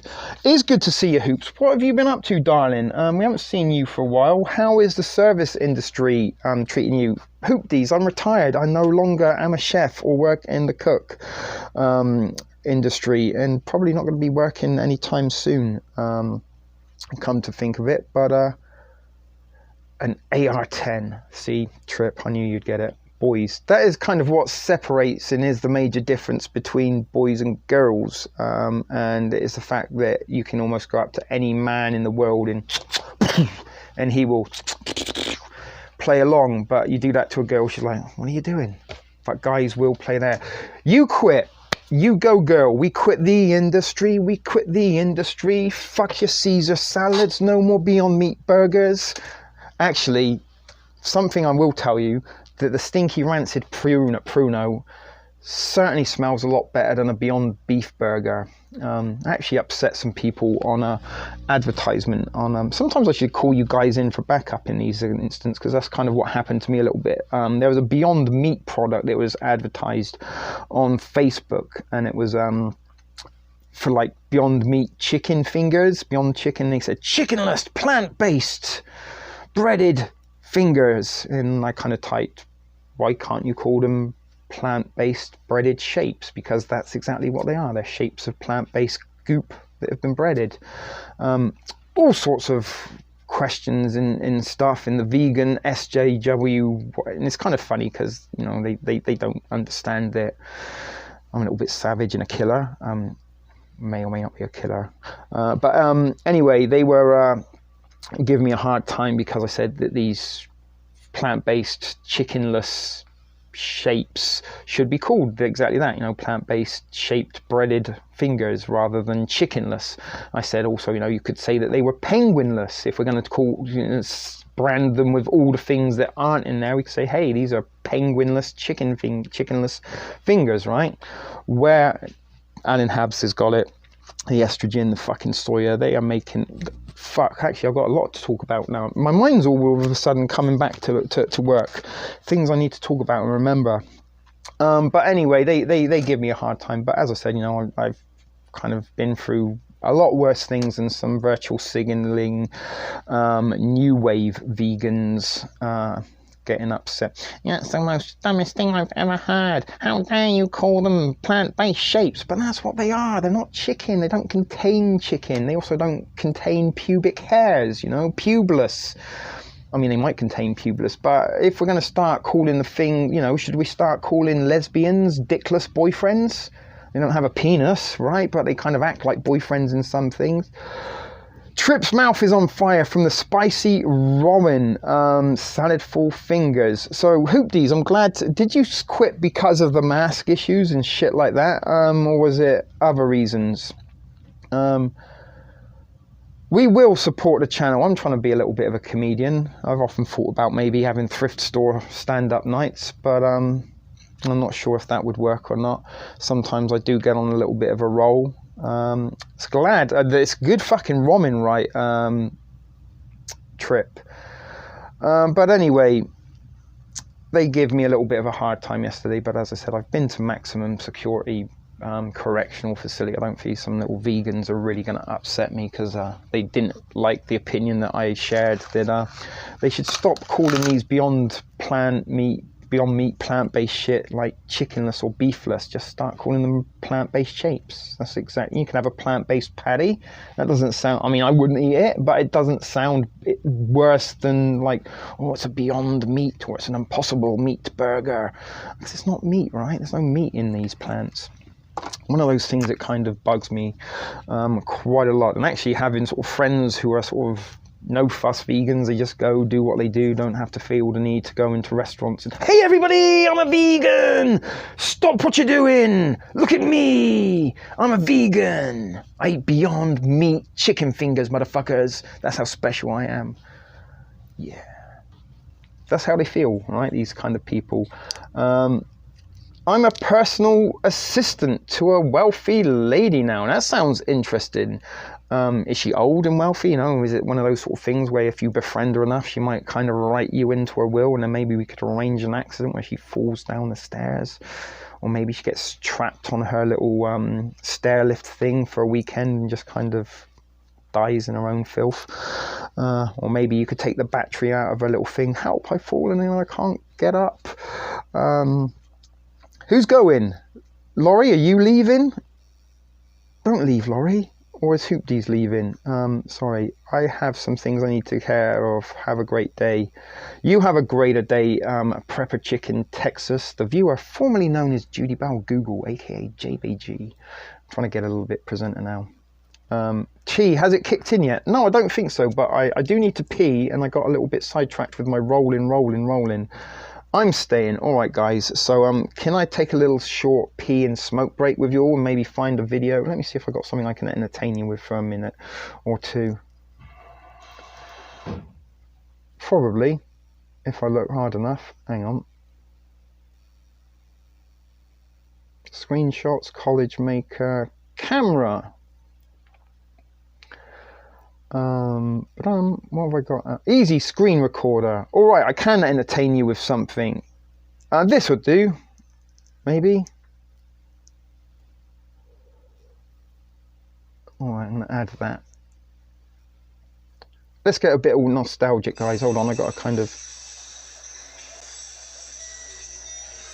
You can look at the amusement arcade.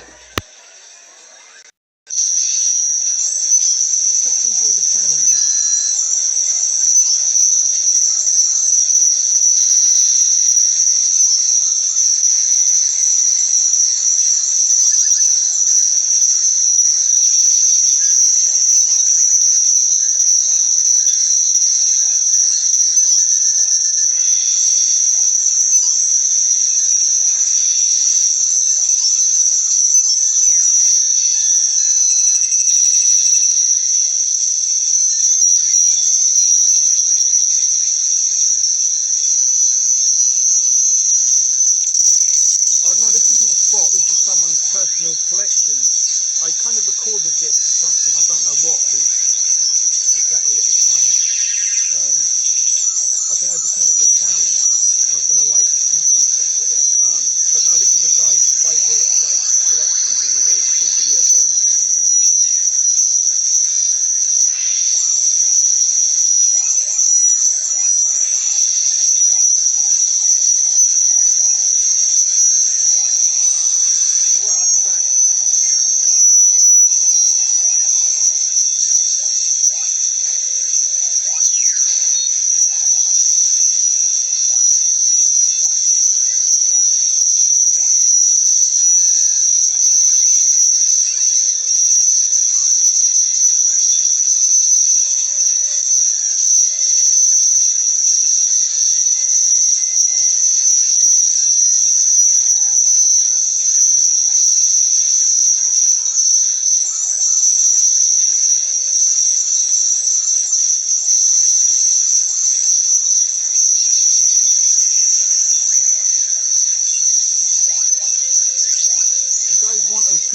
arcade or do you want something else? I think I might be able to, I mean, just for the nostalgia and the memories, right? Okay, so you're enjoying that. Okay.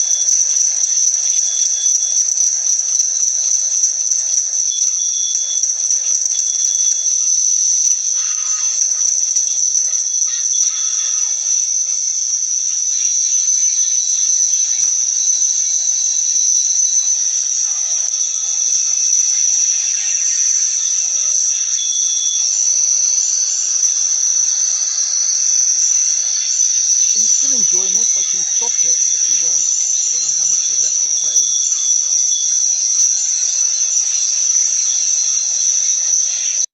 Alright, I'm going to stop that. The noises are giving me a headache.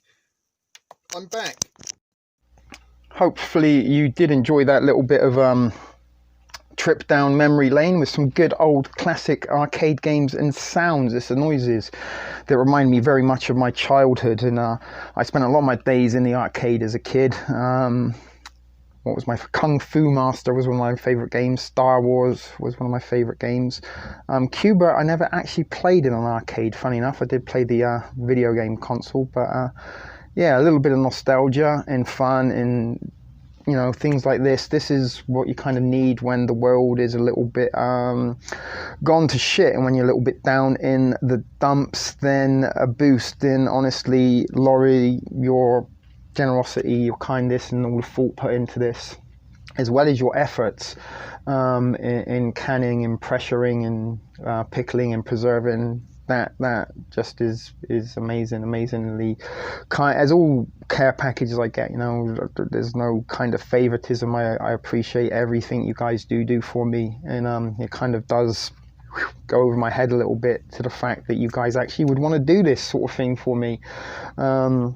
As I said, I don't see beyond this side of the camera and don't get to see what you guys see. So when stuff like this happens, it does kind of hit there. And as I said, we need sort of more positivity, we need more kindness, we need more acts of humanity, right? In the world is how we're going to survive. I think maybe the chocolate is kicking in just a little bit. Yeah, it is kicking in. It is kicking in. So let's keep going for a little bit longer until it does. I did want to talk about a show that I just watched yesterday. Part of my coping mechanism at the moment has been a little bit of just shutting the doors, shutting the windows, getting under the covers and sticking a bunch of stuff on in the background to watch. And in particular, I've been looking at a lot of UK-based comedy shows, just, I don't know, the sort of familiarity of accents and things. But I watched a show yesterday called Dark Sun. Was it Dark Sun? Let me see if I can fish it up again. But it was a UK Hard Sun. It was called Hard Sun, sorry. And what drew my attention to this particular season series was the fact that it was set 5 years before an apocalypse, and these two police officers that were forced to work together against their will discovered and unraveled this hard disk flash drive, and on this flash drive was the governmental cover-up that the sun was going to explode, or solar flare was going to happen in 5 years, and they only had like 5 years to live. And then secret government agency that was trying to protect these secrets then went after the two officers in question to try and retrieve the flash drive and thus prevent news of the apocalypse getting out.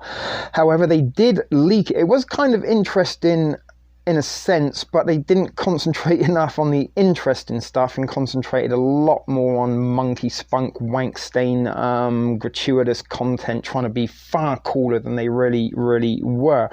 But it was interesting in the sense that this kind of it took the series come out a couple of years ago, 2018.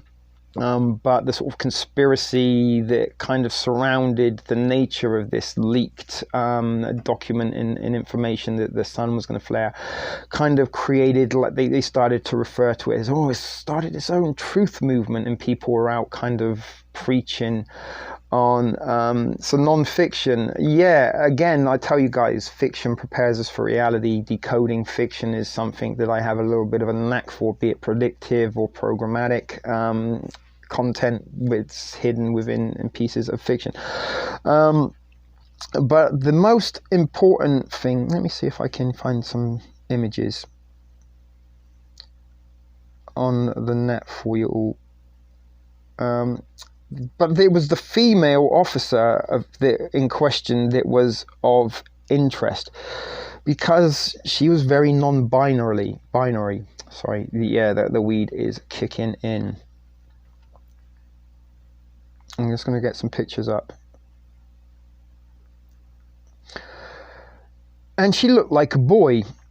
And in fact, like, it took a little while, because she was in the opening scene, to realize that it was actually a girl, and she kind of dresses very gender neutral, I guess. She does sort of more like a boy than a girl, and she has this very short haircut. And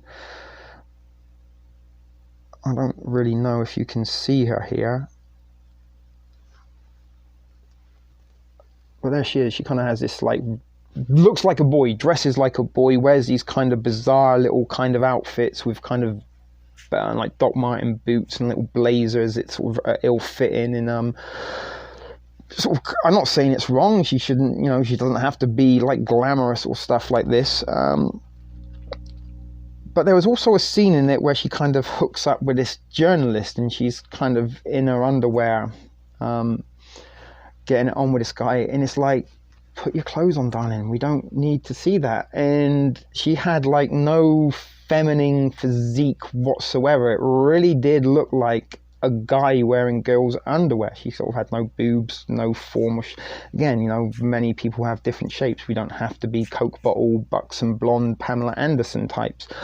But it was just more to the point how kind of sort of non-feminine this lead lady was. Now, beyond that, there's another show that is currently airing called Raised with Wolves, about two artificial intelligent androids that are raising children in the future on a alien planet.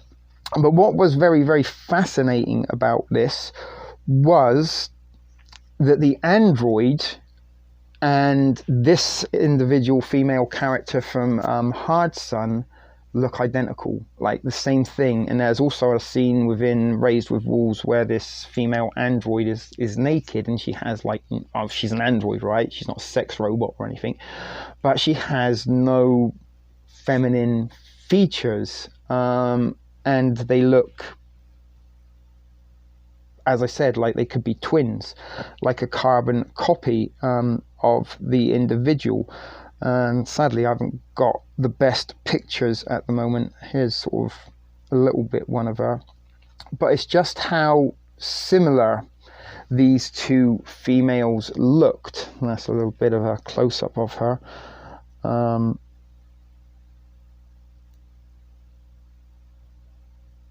And here she is again.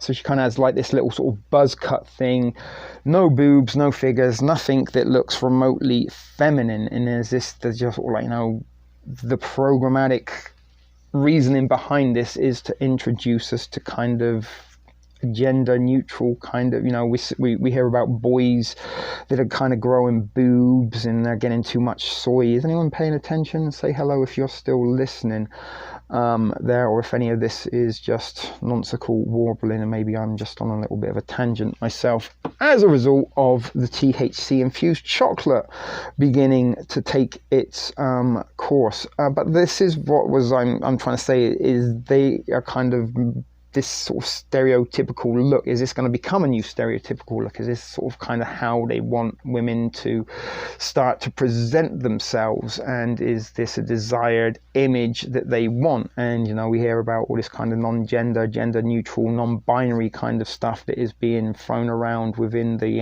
LGBTQ and stuff like that.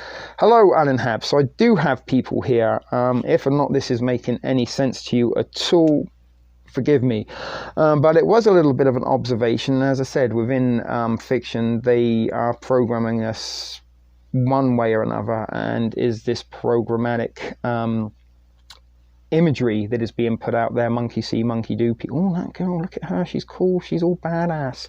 I'm going to get a buzz cut and start dressing like that, and maybe get a boob reduction or something. But it was just something that I thought it was a little bit interesting, beyond the sort of story of this solar flare and the end of the world, which they didn't really kind of concentrate. It kind of become a little bit sort of just a regular cop show there, crime fighting, and the fact that the end of the world was going to happen in 5 years' time was kind of, you know, irrelevant. And I was a little bit, you know, kind of watched a couple of episodes. When are they going to start talking about the end of the world and the governmental conspiracy and the cover-up? But they kind of let you know enough to sort of suggest that, yeah, you know what, your government are out to sort of fuck you over and keep stuff for you. And this come out like a couple of years before the COVID shit hit us and changed the way the world is kind of running and operating. So thank you, Alan Habs. Makes sense 100%. I wish I had some better pictures and images of these. Actually, let me see if I can do this. Because she's called Mother in Raised with Wolves. She's called Mother. Now, of course, she is an android and a robot. No, we're not getting a better picture of her, unfortunately. Let's see if we can go back.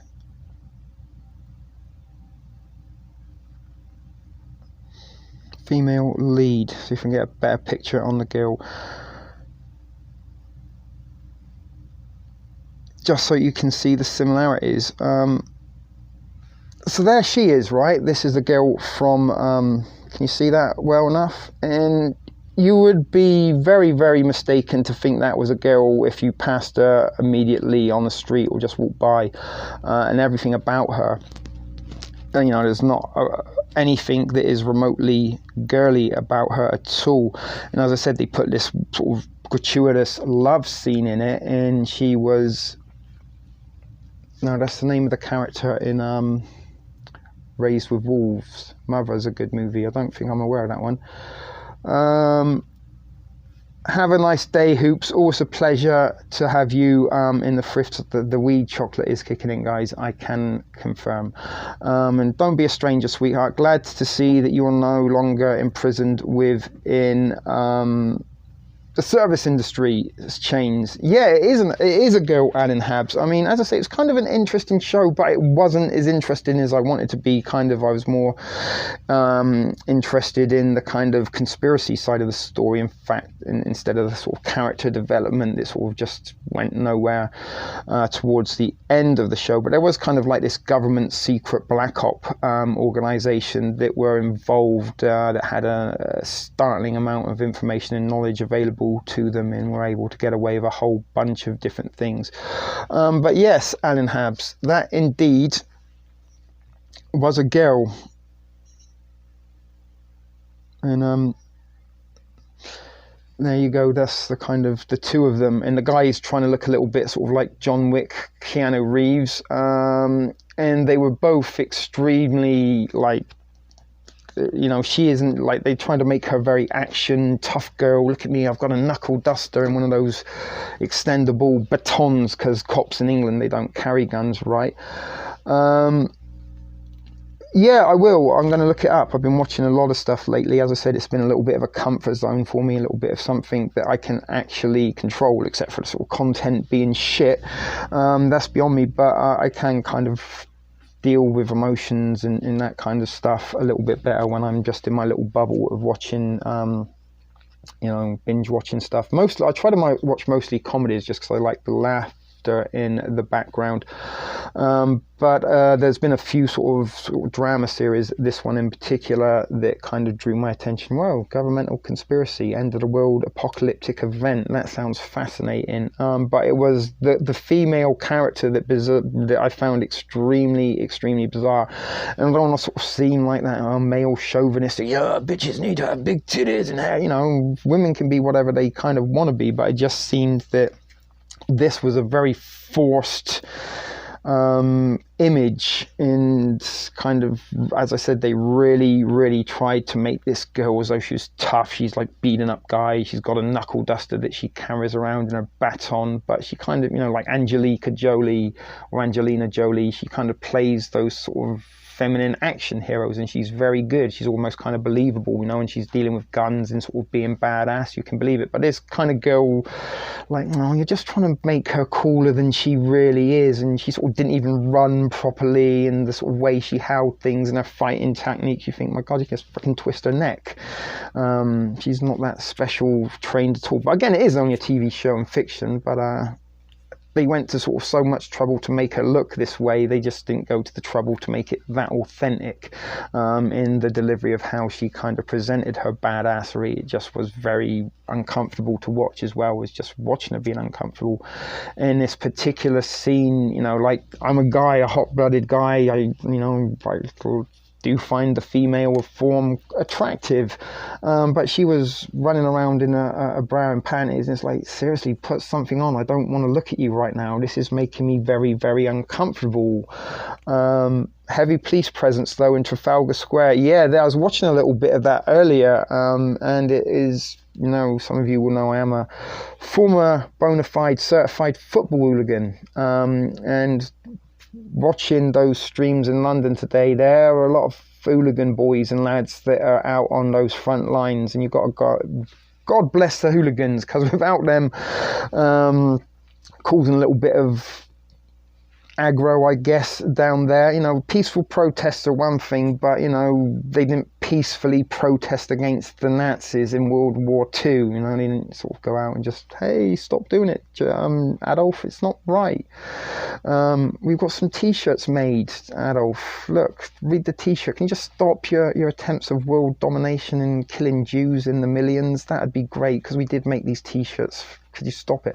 No, they needed to start cracking a few skulls of the perpetrators, and I'm not sort of saying that we need to kind of maybe go a little bit BLM and start burning and protesting, or dare I say even go a little bit down the Al-Qaeda road and start beheading politicians that make these radicalized amendments, but we've got to crack some eggs to make an omelette, and peaceful protest isn't really achieving to anything in terms of ending the lockdown.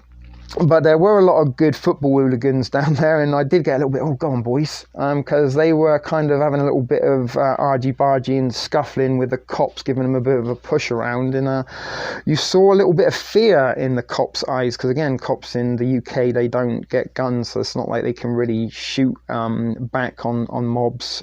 They've just got a little baton. They used to have a truncheon once upon a time, or sometimes a whistle. Stop that, in the name of the law. But there were a lot of numbers there, and some of you may have heard. What are you talking about? The TV show, Laurie? The TV show was called Hard Sun. It was a BBC TV show, come out in 2018. We could maybe, no, I'll save that for something else. I was going to say we could maybe try and pick up some London protest things today.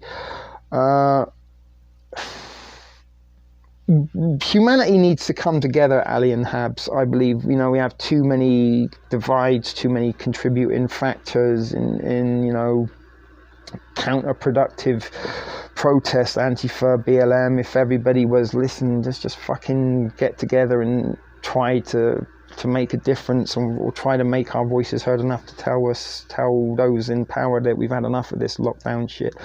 And it's very, very kind of saddening in some ways. I mean, I have a lot of personal thoughts on the lockdown, and there is kind of some reasoning why I'm not there anymore.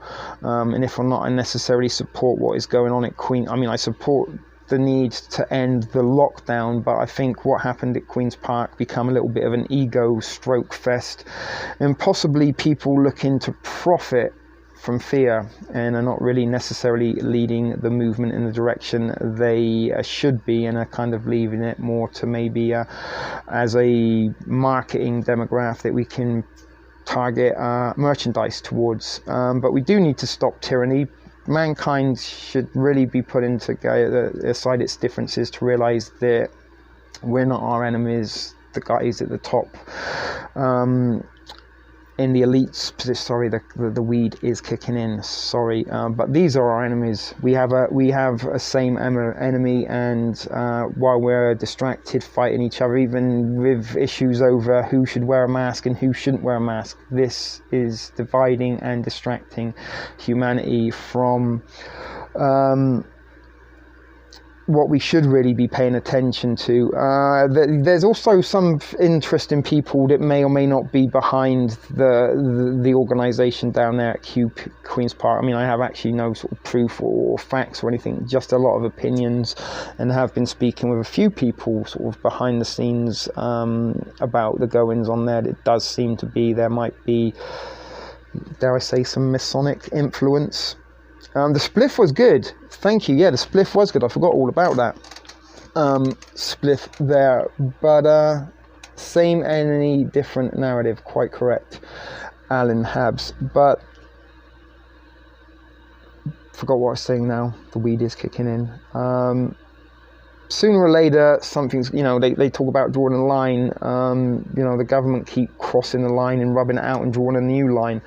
And sometimes it's not about them crossing the line. If you draw a line, you maybe have to advance above it, right? Or advance past it. So what can we do? What can we say? I don't know. I believe so, Alan Habs. I've seen an individual and actually spoken to an individual that all but said that he was a Mason, and he wears a big old fucking symbolic ring. And had a t-shirt that had hidden swastika symbol, not just on his t-shirt and on his shoes, and he was going on about being called Robert, and how Robert was 33 and how 33s were leaders. Sort of didn't really need to hear that unless he was sending a message. So as I said, sometimes movement like, Soros is funding BLM and Antifa, then maybe there's somebody behind. Grassroots movements don't generally kind of start on their own. Order out of chaos. And yeah, I don't know if you caught the girl from Fearless Ontario on Dr. Phil. I don't know if it was this week, but not so fearless when confronted with the mainstream mogul in the form of Dr. Phil.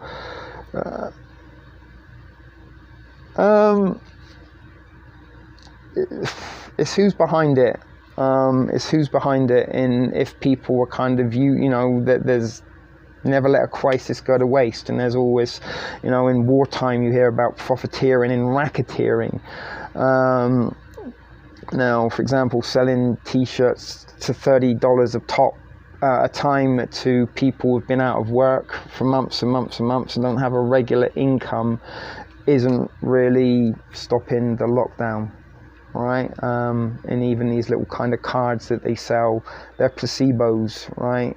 $5 for a mask exemption card, but they're not official, they're not from the government, they're not from any medical organization, they're just somebody who made them and sold them. Placebo, snake oil salesman. And it's very interesting to see that in the days after they kind of started to go viral and they declared themselves non-profit and they started selling t-shirts at extremely marked up price, and little placebo security guards there, quite a few of them gone jet setting around the world. Leave it at that, right? But as I said, just some observations and some thoughts. I can't exactly say, yes, this is what's going on, but we need some kind of presence, and that really is all we got, kind of leading the charge in the lockdown here in Toronto. And I was going to sort of say, the size of this city, this is one of the largest cities on the planet, not just Canada, it's the 4th largest city in North America. And they only get like a couple of hundred that turn up to lockdown protests. Like, that's all the people in Toronto that are pissed off by this? I don't think so. And if not, maybe sort of parties at cherry beaches and things, or maybe just sort of getting enough people together to maybe distribute some contraband too, especially when you're dancing all night till dawn. You need a little bit of something to keep you popping to those beats. You know what I'm saying, guys? So profit, racketeering, never let a crisis go to waste. There's always somebody that is looking to gain from anything, right? And what's the word? Capitalizing on a crisis can, as I said, lead to some profit. So guys, we're getting close to the 2-hour mark. The weed is kicking in a little bit. I don't know if you want me to stick around any longer, if we can Costanza the shit out of this a bit more. Saturday afternoon live feed, they're quite fun. It's nearly 5 p.m. now. I don't know if or not I might go away, have a little bit of break, bite to eat, and come back this evening for another live show. But this has been enjoyable in more ways than one, just to kind of get that kind of kickback. We're hanging out, we're having fun. Unboxing stuff is always a nice, pleasurable pastime, unless it's kind of like you're unboxing dead babies or horse semen samples. That might not be so fun. But in terms of, the unboxings from you guys, the stuff you send me, that's probably about, the most enjoyable content I can bring you, and being able to just kick it and share the moment with you guys has been very, very pleasurable this way. Let's talk about that. I'm not going to mention the thing. You've heard the expression, there's no such thing as bad publicity. And sometimes by making something worse than it really is, it adds to the notoriety. If anyone's being... for those of you who have been around for a while, I know Alan Habs, I think you only kind of joined us this year around, it was the lockdown protest, I think, that brought you to the thrift store. But last year I had a whole series of videos titled Rainbows and Unicorns, and I was telling you how the rainbow, and you can't go anywhere without seeing a rainbow and unicorn nowadays. Your grocery store, your pharmacy, rainbows and unicorns are fucking everywhere, and rainbows and unicorns are the symbology that is kind of targeted and behind the normalization of pedophilia. Now they've gone as far as they're not pedos anymore, they're MAPs, they're minor attracted people. But a day doesn't go past on my news feed on Facebook, and I'm pretty sure you guys also will be aware or have noticed that you can't get away from Netflix in that show or movie or documentary or whatever it is titled Cuties. And here lies the publicity, because more people were singing and shouting about, oh my god, you got to stop this, you got to stop this. You can't have it. what it is doing is advertising for people with a certain mindset. Now, for example, back in the UK in the 1980s, we had what was known as the video Nazis, and the British Board of Cinema Classification, the BBCC, declared that there was a whole bunch of movies that were just far too scary for humans or civilized people to watch, and they banned them. The Texas Chainsaw Massacre, I Spit on Your Grave, Night of the Demon. These were a couple of them, as well as a whole bunch of other movies that become notorious as the video nasties. However, once they made them the video nasties, everybody wanted to see them. We want to see video. Hey, have you got a copy of Texas Chainsaw Massacre? And back in the days before Blockbusters and independent VHS, there's usually a guy that would kind of like turn the closed sign on the door, take you out the back, and then he would have pirated or bootlegged or contraband copies of movies that you weren't allowed to see, but it made them more infamous. And this is what is happening with cuties. Now, this agenda to normalize it has been going on for years now. Around 2016, I think, was the time we started sort of seeing these like tiaras and toddlers shows, Drag Time, Drag Tots, RuPaul's Drag Race, the whole kind of LGBTQ in the BLM in particular. If you're in Toronto, you remember 2016, that's when BLM hijacked the Pride Parade and read out a list of demands and held up for an hour or so the procession that they have during Pride. But it's around that time that Operation Normalization, the rainbows and unicorns started to become very, very, very prominent. And we've looked at stuff during those playlists last year where we spoke about this guy, what's his name, the little dude, Desmond is Amazing, the little drag kid that, he was gyrating on a stripper pole at a gay strip club, and grown males in, tight little Calvin Klein boxer shorts were putting money in his underwear. Is that acceptable behavior? No, but when it's at Pride, it's wonderful, it's lovely. Oh, he's just expressing himself. Bless him, little Desmond, swinging his little tiny virgin booty on that stripper pole. You go, girl. Right? That's wrong. And a couple of weeks ago, we looked at the LOL dolls, the troll thing, the Poppy girl, the Poppy character with the little button between her leg. And we put the mini dancers in. Now, those mini dancer routines that I showed you, and I was very, very torn on to put that video up, because by doing so, I've provided some gratuitous material. And this is what's happening now. Something I was talking to the T and Friends, the Toronto Truth crew. Alan Habs, if you're in Toronto, why don't you look us up one time and we'll go hang out? You can be in one of our videos. What the fuck am I going to do? All right, let me give you a little example of what I'm talking about. Alrighty, so you, me, everybody can't go anywhere. We've got one of these, right? Now, what you do is, most of us, this is what we do each day. We sort of sit there, drinking our coffee, and we're just going like this, right? Now, we don't stop and look at every single post, and then every now and then we, oh, what does that say? And we pay attention, and if it's a link, we might click on it. But what happens is, in the background, all these pictures and content, it's hard to see, is subliminally going into our brain. We're seeing everything that's on our screen. We're just not, that the subliminal is picking it up, but we're not aware of it on a conscious level. Every time we see a Netflix cuties, that goes in Netflix cuties, Netflix cuties, Netflix cuties. By posting about Netflix cuties, you're adding that to the algorithm, right? An algorithm picks up on words and things like this. And the fact is, everybody is talking about fucking Netflix cuties at the minute. If you want to watch it, if you don't, I've got to watch it for myself to see. I've got to see how bad it is. I need to. They are promoting it. And by speaking against it, you are promoting it. And this is why it is a very, very, very double-edged sword. I'm a grown man, I'm a white man with shaved head and tattoos, that I don't want to be putting content on that on my channel in case, oh, he's only doing this for those guys. I'm not.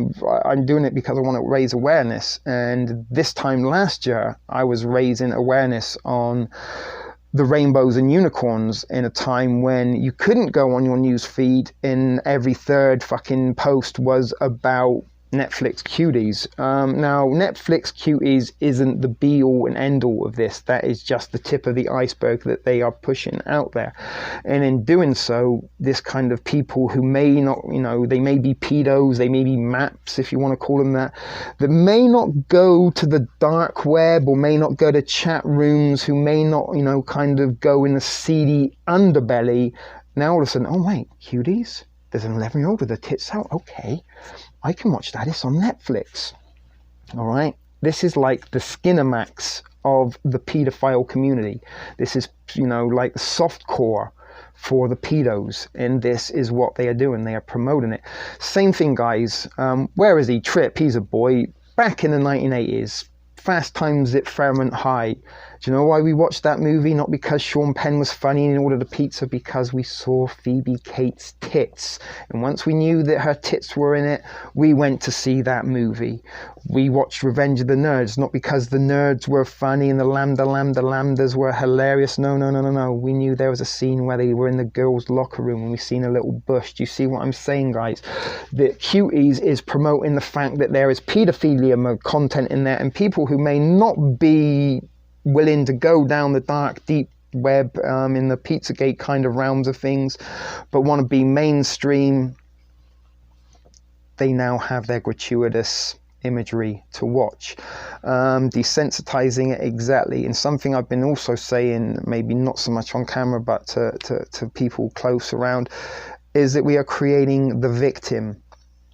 Right, the pedos are going to be the victims of this. Oh, it's just an orientation. We can't help it no more than the lesbians and the gays can help being lesbians or gays. I'm not saying they can, you know, being lesbian, being a gay, that is something that is there. But once upon a time, this was prohibited. This was illegal. These were people that were alienated and not allowed to sort of maybe kind of be as open about their ways as they now are. In fact, now, you know, with the LGBTQ, it's almost, hey, it's okay if you're gay to walk around and suck random guys off in broad daylight, because it's all part of pride and love. We can do that. But, you know, heterosexual individuals, if we start behaving like that, it's not so much. It's indecent exposure. So I don't know if or not that answers the question, Alan Habs, as to why I'm maybe not speaking about that. But as I said, this is providing content for people who are into that. And as I said, we are creating the victim, and they will be we live in a victim culture where everyone has to be either a minority or a victim of something or other. BLM, we're victims of things we never experienced, but history is 200 years ago, some black people were slaves. White people were slaves in the past. In fact, the United Kingdom, before we had the Royal Navy, we were raped and pillaged, and people were dragged off in boats and taken back to Egypt and in Morocco and places like that, and forced into slavery. And this is where the song Rule Britannia comes from. Britain shall never, never be slaves, because once upon a time that's what happened. It was common practice that boats would turn up in England, certainly in Cornwall and on the coastal regions, and just go into the villages and drag off a bunch of people and drag them on a boat. Should we go to fucking Africa now and start protesting White Lives Matter? You started enslaving us 200 years ago, and start burning stuff down? No. The word itself, slave, comes from the word Slavic, who were enslaved by the Egyptians. Slavic people back then were prominently white. Slave traders in Africa were generally black. They sold the slaves to whoever paid the money. All right. Should we? But as I said, they are using that as a way to be the victim, and they to be, oh, we've been so repressed. Look how many, and again, I'm not saying that a white guy saying this is just going to come across as being wrong, but how many black sports stars play in the NBA? How many of them play in the NFL? You know, they've had every much, you know, the same chances as everybody else, and maybe they've even had more because of the color of their skin. Lewis Hamilton, for example, he was somebody who is a Formula One driver, but there aren't many black Formula One drivers, and he was selected really because, hey, we can have the first black Formula One driver on our team. But anyway, victims is what I'm trying to get at, and we are creating the victims by being so against, hey, they shouldn't be able to watch cuties. No, but I'd rather them watch cuties on Netflix and actually go out and carry out on their actions. See what I'm saying, guys? I'm not saying this is what's happening. This is what I think is happening and how it is playing out. And again, in the day and age that we live in, when something is so very, very, very prominent on mainstream and social media, it's because they want you to be talking about it. There you go, Alan Habs. Barack Obama. So, you know, we've all got, you know, issues to deal with, in things to overcome in daily life, especially if you are a 99%er. We all have the hardships that have been imposed and put in our way by the elites. Anyway, so that's that. But that's kind of what I feel is going on. And as I said, that when we sort of flip through our news feeds, these are like subliminal messaging and advertising, and that's kind of part of the design why we have to swipe it like this, is because it does implant us in our mind. And this is kind of again why we see some of this sort of hive mind or cult-like behavior going on in today's society, is because a lot of people just sit like this for hours and hours on end. And I'm pretty sure the longer that you kind of sit like this, subliminal messaging will go on and retrain more. You know, I do have a little bit of social media presence. I kind of limit my sort of Facebook time to the morning over coffee. I kind of shut it off once I've kind of got through that. I mean, it's there in the background, and sometimes I answer some notifications, but I don't have my phone in my hand constantly swiping, and you guys, you see this everywhere around you day to day. On buses and cafes and restaurants, schools, it doesn't matter where you go. Even people on dates are looking at their phones rather than interacting with the person they are with. But I kind of limit my Facebook interactions to sort of morning time activities. Then maybe in the afternoon I try and sort of get my thumb out of my ass and think about maybe creating a video or something, or thinking about content for a live stream. And I limit to myself, but at the same time, I do have a lot of friends and things and people that I do interact on social media that sort of I'm reluctant to give it away, but that's smart. I hardly ever look at my phone when I leave the house unless I get a call or a text, or I'm meeting up with someone. I never kind of sit on the streetcar and pull my thumb out and look what's going on. Again, you know, it's distraction. I like to be aware. You never know what's going to happen around the corner. So we're at 2 hours and 11 minutes, and you do know how I sometimes do like to be a little bit anal with times and stuff and sort of rounding things up. So should we try and drag this out for another 20 minutes, guys? And say goodbye, good night, or good afternoon. And if or not, we come back tonight for another show. Does anyone want another show later tonight? We could probably think of something to do. Maybe even just have a nostalgia night. Keep it with the fuck COVID theme if you guys are down. But Glynis said she's going to be meeting over at her other channel there, and some of you may be following us. So if you guys want to do that, there's only so much TSP TV I guess you can tolerate, which is why sometimes we only get 8 people watching, because some of you are that crazy. I don't mean it, you're great people.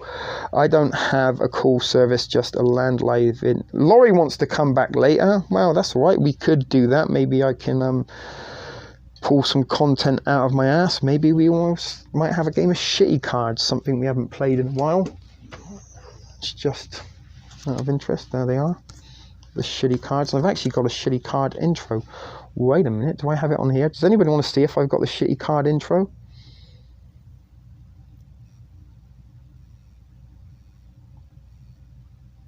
I do. Here it is. I'm going to give you a little bit of a cameo or a sneak peek.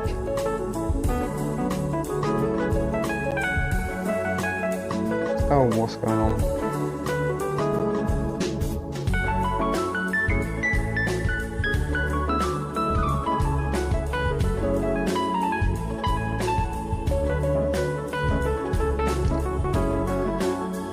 realise I can't hear it because I've got my microphone stuck here. I'm trying to get it in the right place for you. Hey, Warfist. That was it. Let me play it again.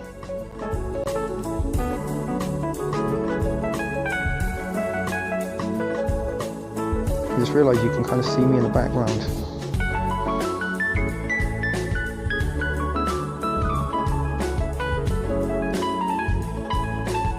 I tried to make it look really bad, hence shitty cards.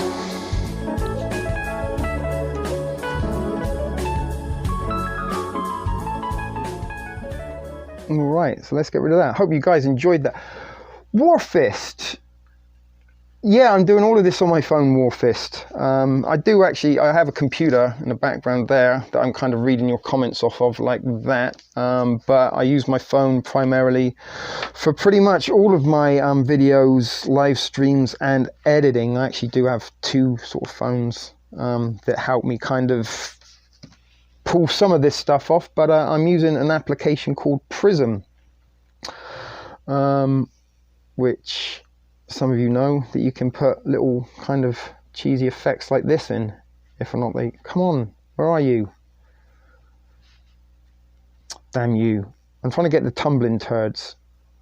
Okay, there's a tomato. It splattered me. Did you see that? Watch that. No, don't get me. Ah!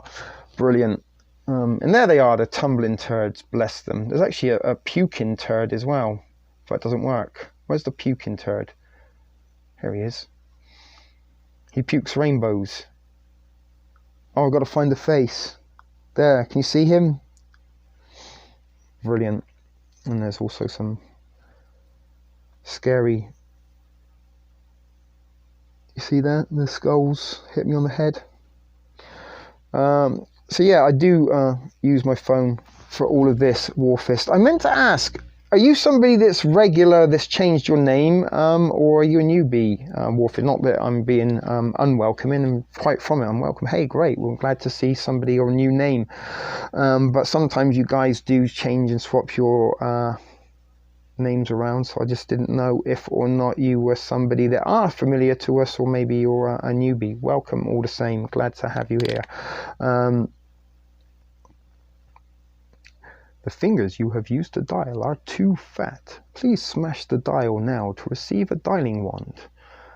That was a Simpsons reference. But yeah, we've seen you on, was it Tuesday, when we had Zahara in the house, in the studio, as our gorgeous and wonderful, as well as intelligent and bright special guest show. And that's kind of when I noticed you, Warfist. So if or not you are a regular or a newbie, we are glad that you are part of the thrift store. I've actually been thinking about, and I've suggested a few times, maybe putting together some tutorials how you can make your own shit video productions like I do, and how with just a simple cell phone you can actually produce your own sort of YouTube content, and you don't really necessarily need all the things that they suggest that you need in order to do this. When I first started, I didn't even have a tripod or anything. I just had a phone that I used to rubber band to one of those Catholic candles. I've got it somewhere.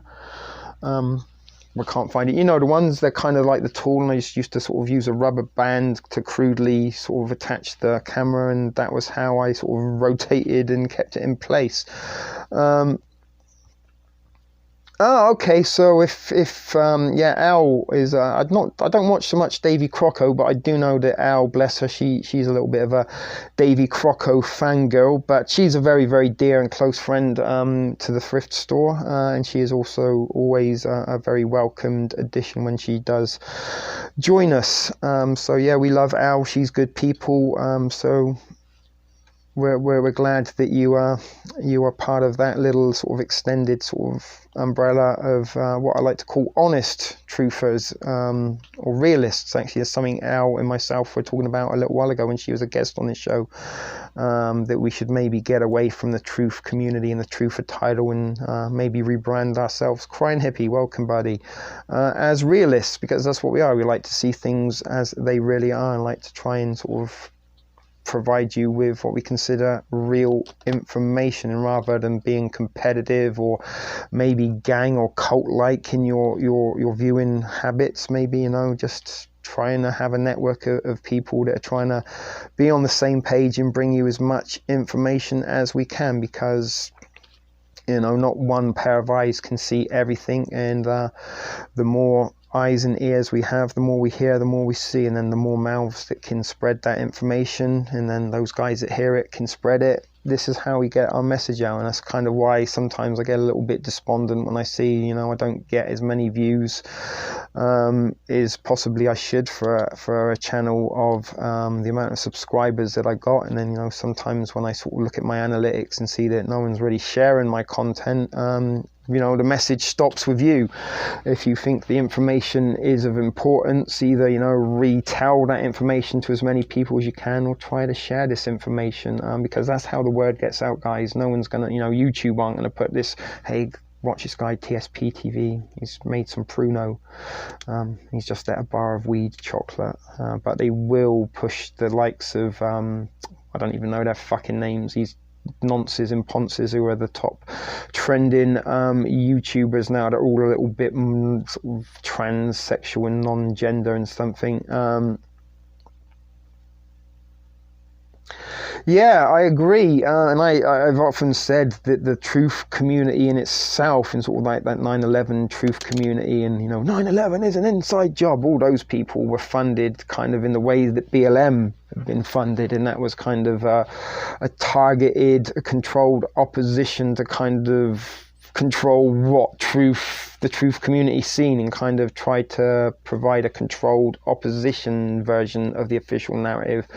That does still depend greatly on the plane theory. They still require the planes in that particular truth community, but there are so many other truthers out there that kind of suggest that they didn't use planes, and maybe there was some kind of direct energy weaponry, as well as controlled demolition on that day, because, you know, controlled demolition will bring a building down, but it won't turn that building into dust in thin air in front of your eyes and then blow away in the wind, as the towers did. We all watched it happen in front of our eyes. No two ways about it. They turn to dust in front of us. Controlled demolition don't do that. Fucking jet fuel don't do it. I mean, Jesus Christ, if jet fuel does that much damage to buildings, then controlled demolition companies should be out of business now. Just get a fucking couple of gallons of jet fuel, chuck it in a building, it's just going to collapse in its own footprint. And probably just turn to dust as well, and even have to fucking clean the rubble out. Jobs are good. See what I'm saying? But yeah, the non-binary people, Jeremy Charles, is that his name? One of those, and there's another guy, he sort of looks like Marilyn Monroe, he's all tattooed and blonde, but these guys, they are what YouTube would rather you be watching. Again, they all fall under that kind of rainbow and unicorn programming, and it's sort of young people that look up and watch these people, you know, sort of old farts like us. We kind of watch old farts like us, but the young kids, oh, we gotta watch the coolest, most popular YouTuber, and these are how, you know, this is how our youth are getting programmed. We got programmed via VHS and Atari, our generation of Generation X, but the millennial generation, they are being programmed by YouTube, and they are getting programmed on a far more personal level than we do, because they sit and they watch their TV with their buds, and they're there, and the kind of guy that is talking on the character is talking to you a little bit like I do, and that's why I kind of talk. I sort of say, we've got this going on, we've got to get a live show, we've got our Pruno to check on, because we're a collective, and kind of, if I'm talking to you, it feels like I'm sort of trying to program you, maybe, as opposed to, so I like to talk in the terms of a collective, but a lot of YouTubers talk to the individuals as a one-on-one, and in this, in its sense, is a form of programming. You're kind of sitting there and you're having a personal interaction with somebody that isn't actually personally tied to you. Does this make any sense? Am I rambling again? I'm still trying to drag this out to the 2 hours and 30 marks, guys. Warfist, yeah, I don't follow any of the gender bender stuff. Yeah, the detonation cause was said to be that. And this is it, I actually kind of do know gay people and transgender people who are very, very against the LGBTQR movement and said, if anything, these are kind of defecating our movement, and, we don't want any part of this. We don't want parades. We don't want to be going out. We just want to be able to do our own thing and get on with our life like everybody else. And, this is what I'm saying. Imagine we had hetero pride, and every year all the heterosexual people on the planet started walking around half naked and having sex with, it'd be great, don't get me wrong, but that's not going to happen. We're not going to have a parade. We're not going to be putting up, it's the straight pride month, and we're going to put the straight flag up at Parliament today and get ready for the 1 million strong parade of straight people this coming Sunday. Be sure to dress like a slut or a gigolo, have sex with strangers, all in the name of love and straight pride. That's not going to happen. Unfortunately, I do watch a lot of 9/11 stuff. It is a little bit of my Moby Dick. And as a newbie Warfish, you will be unaware that last year I put together a series of videos called September Tuesdays on 9/11, where I put together over 30 hours of what I considered to be very mind-blowing, eye-opening, informative content, and a lot of that content is content that you will not find in the truth community. Unfortunately, YouTube didn't agree with my content on September Tuesdays and come after me hard with community strike after community strike after this goes against that standard, this goes against that copyright law, this is hate speech, and took the majority of those videos down. And for those of you who are unaware, I have had over 200 videos removed from this channel. That's why sometimes in my intro I put the little censored sign over. You get it? It's not just to be catchy or cool, it is because I have been censored. And just recently, my Soylent Green video got pulled for copyright strikes 3 months after it was uploaded, and even when I uploaded it, I had to edit it and chop and cut it considerably to get it past copyrights and community standards. So 9/11 is something that I spoke about extensively, and probably more than anything on this channel, if you put that whole sort of series together in sort of times that I've mentioned it randomly and amongst sort of live feeds. But yeah, I put a lot of effort and time into that, only for it to be silenced and censored, and that message not to get out as far as it should be. And again, this is sort of stuff that you won't find within the truth community. So thank you, Laurie, I do appreciate that. So yeah, we'll check out Church Dog 42. I actually think I've seen some Church Dog 42. That bell, that name does ring a bell or two for some reason. So as I say, guys, I don't know if or not we will be coming back later tonight. What is it now? 5:30, 17:25. So I do want to have a little bite to eat, and if or not, I'm going to get myself cozied up with some more binge watching this evening, or if I do want to come back and hang out with you all, we will remain seen. But we have got a show out today. Hopefully you guys did enjoy it. We had some fun and some emotions opening up Laurie's extremely kind care package, and we've had a little bit of a chat, chinwag, and hung out and bounce some ideas and thoughts and opinions around there. Best level of analysis is the individual. Some people who identify as this or the similar to us, I suspect, just want to be left alone. Yeah, it's true. It's again, like I have, Derek and Maddie, part of the the Toronto Truth Crew. Those guys are vegans. They don't bother if I'm eating a chicken sandwich or a jerk pork dinner next to them. That's what I do. That's what they do. They don't feel the need to go into restaurants and go, I'm vegan, everybody. Look at me. Can you erect a statue? I'm vegan. And the same thing with sort of gay and transgender people. I've got a lot of sort of friends like, oh, my gay friend. I worked in the service industry. There are a lot of gay individuals work as servers and waiting tables and stuff. In that industry that have been friends of mine that like, oh fuck, it's gay pride coming up, I just want to go and hide. And I actually do have people that go out of town, or know people that have gone out of town when gay pride has been on, because they don't want to sort of be gay around the gay pride crowd. You did, Laurie. You brightened my day up. You actually brightened my week up, sweetheart. It's been a little bit of a dark month for me, and a little bit last week I kind of made the effort. I'm like, okay, I got to get myself out of this sort of comfort, watching in bed, staying in bed, watching TV shows. Sort of, you know, it's good for comfort, but when it sort of becomes all you want to do, you kind of got to break that habit. So that's why I kind of tried to get back into some video productions last week, tried to brought a video or some sort of content out each and every day, and if or not, in many ways that kind of brought a new bunch of stress and issues. I mean, in some ways it's good because it was different stress and issues, but you know, when you're kind of a little bit depressed, under the weather, and the camel's back is loaded up, it only needs a few sort of niggling straws on that pile of to put it over the top, so to speak. You're right, it is part of the process. So I kind of, you know, when I feel like I just want to go and get under the covers, I sort of tend to do that rather than trying to force myself to do things. And, you know, I forced myself out a couple of times only to feel I really don't want to be here, I wish I never come, kind of thing. And that in itself is a little bit counterproductive, right? But as I said, sort of some of those videos, in particular the audio issues, that I seem to be getting more and more comments on my videos telling me the sound quality was poor, as opposed to, you know what, this is actually good information, thank you for posting this.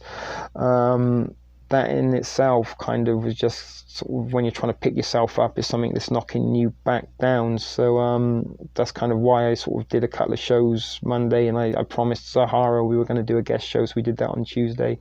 But I haven't really felt in the mood like doing anything the past few days, so I was very, very excited to get this box opened, and it's a good way to sort of get back in the swing of things with a light-hearted little easygoing show like this. I didn't really have to think too hard or long about delivering content, because that's kind of something I'm finding at the minute, that my mind, I can sort of be talking about 9/11 and then in a second my mind's gone, and it's 3 hours later that I've just been staring at the walls. We did it, guys. 2 hours and 30 minutes, Max. So I'm glad you guys enjoyed it. Glynis, as I said, Laurie, all my hugs and kisses for you today. All my hugs and kisses for today go to you. That's what I was trying to say. Hope that sounded a little bit poetic, dare I say almost romantic. Don't get carried away.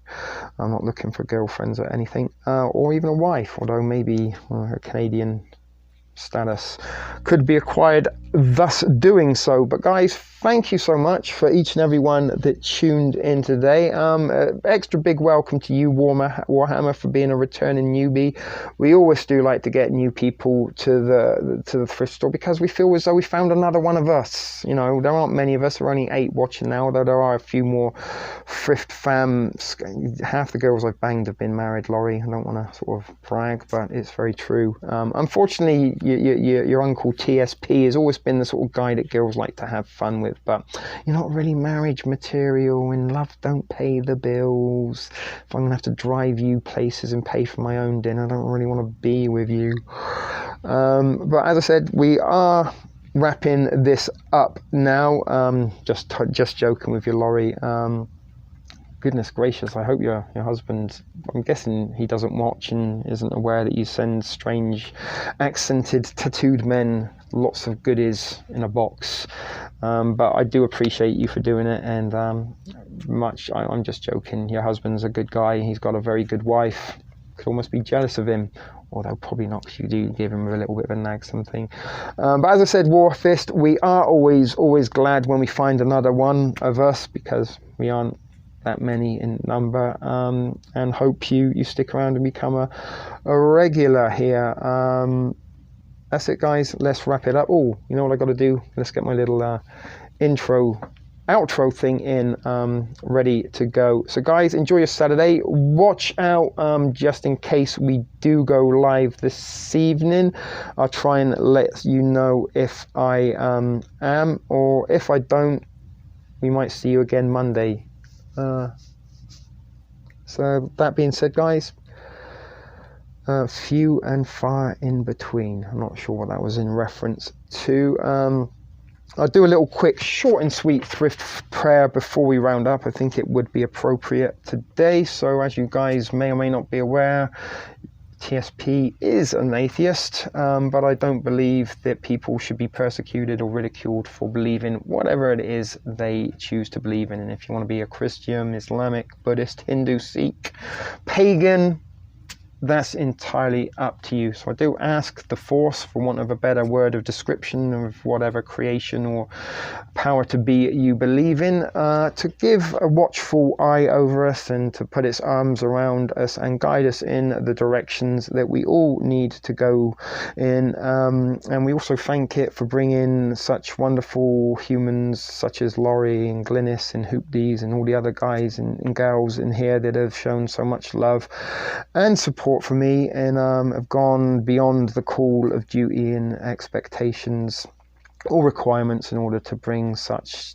wonderful little gestures such as this. And the world needs a lot more of these people, so we thank the Force for sending these people to the thrift store. We thank him for sending our new friend Warfist to find us guys there. And with that being said, just keep us safe from harm, keep us out of temptations and deterrents that may lead us in directions we don't want to go. So I got a bit lost then. As I said, the THC chocolate is starting to kick in.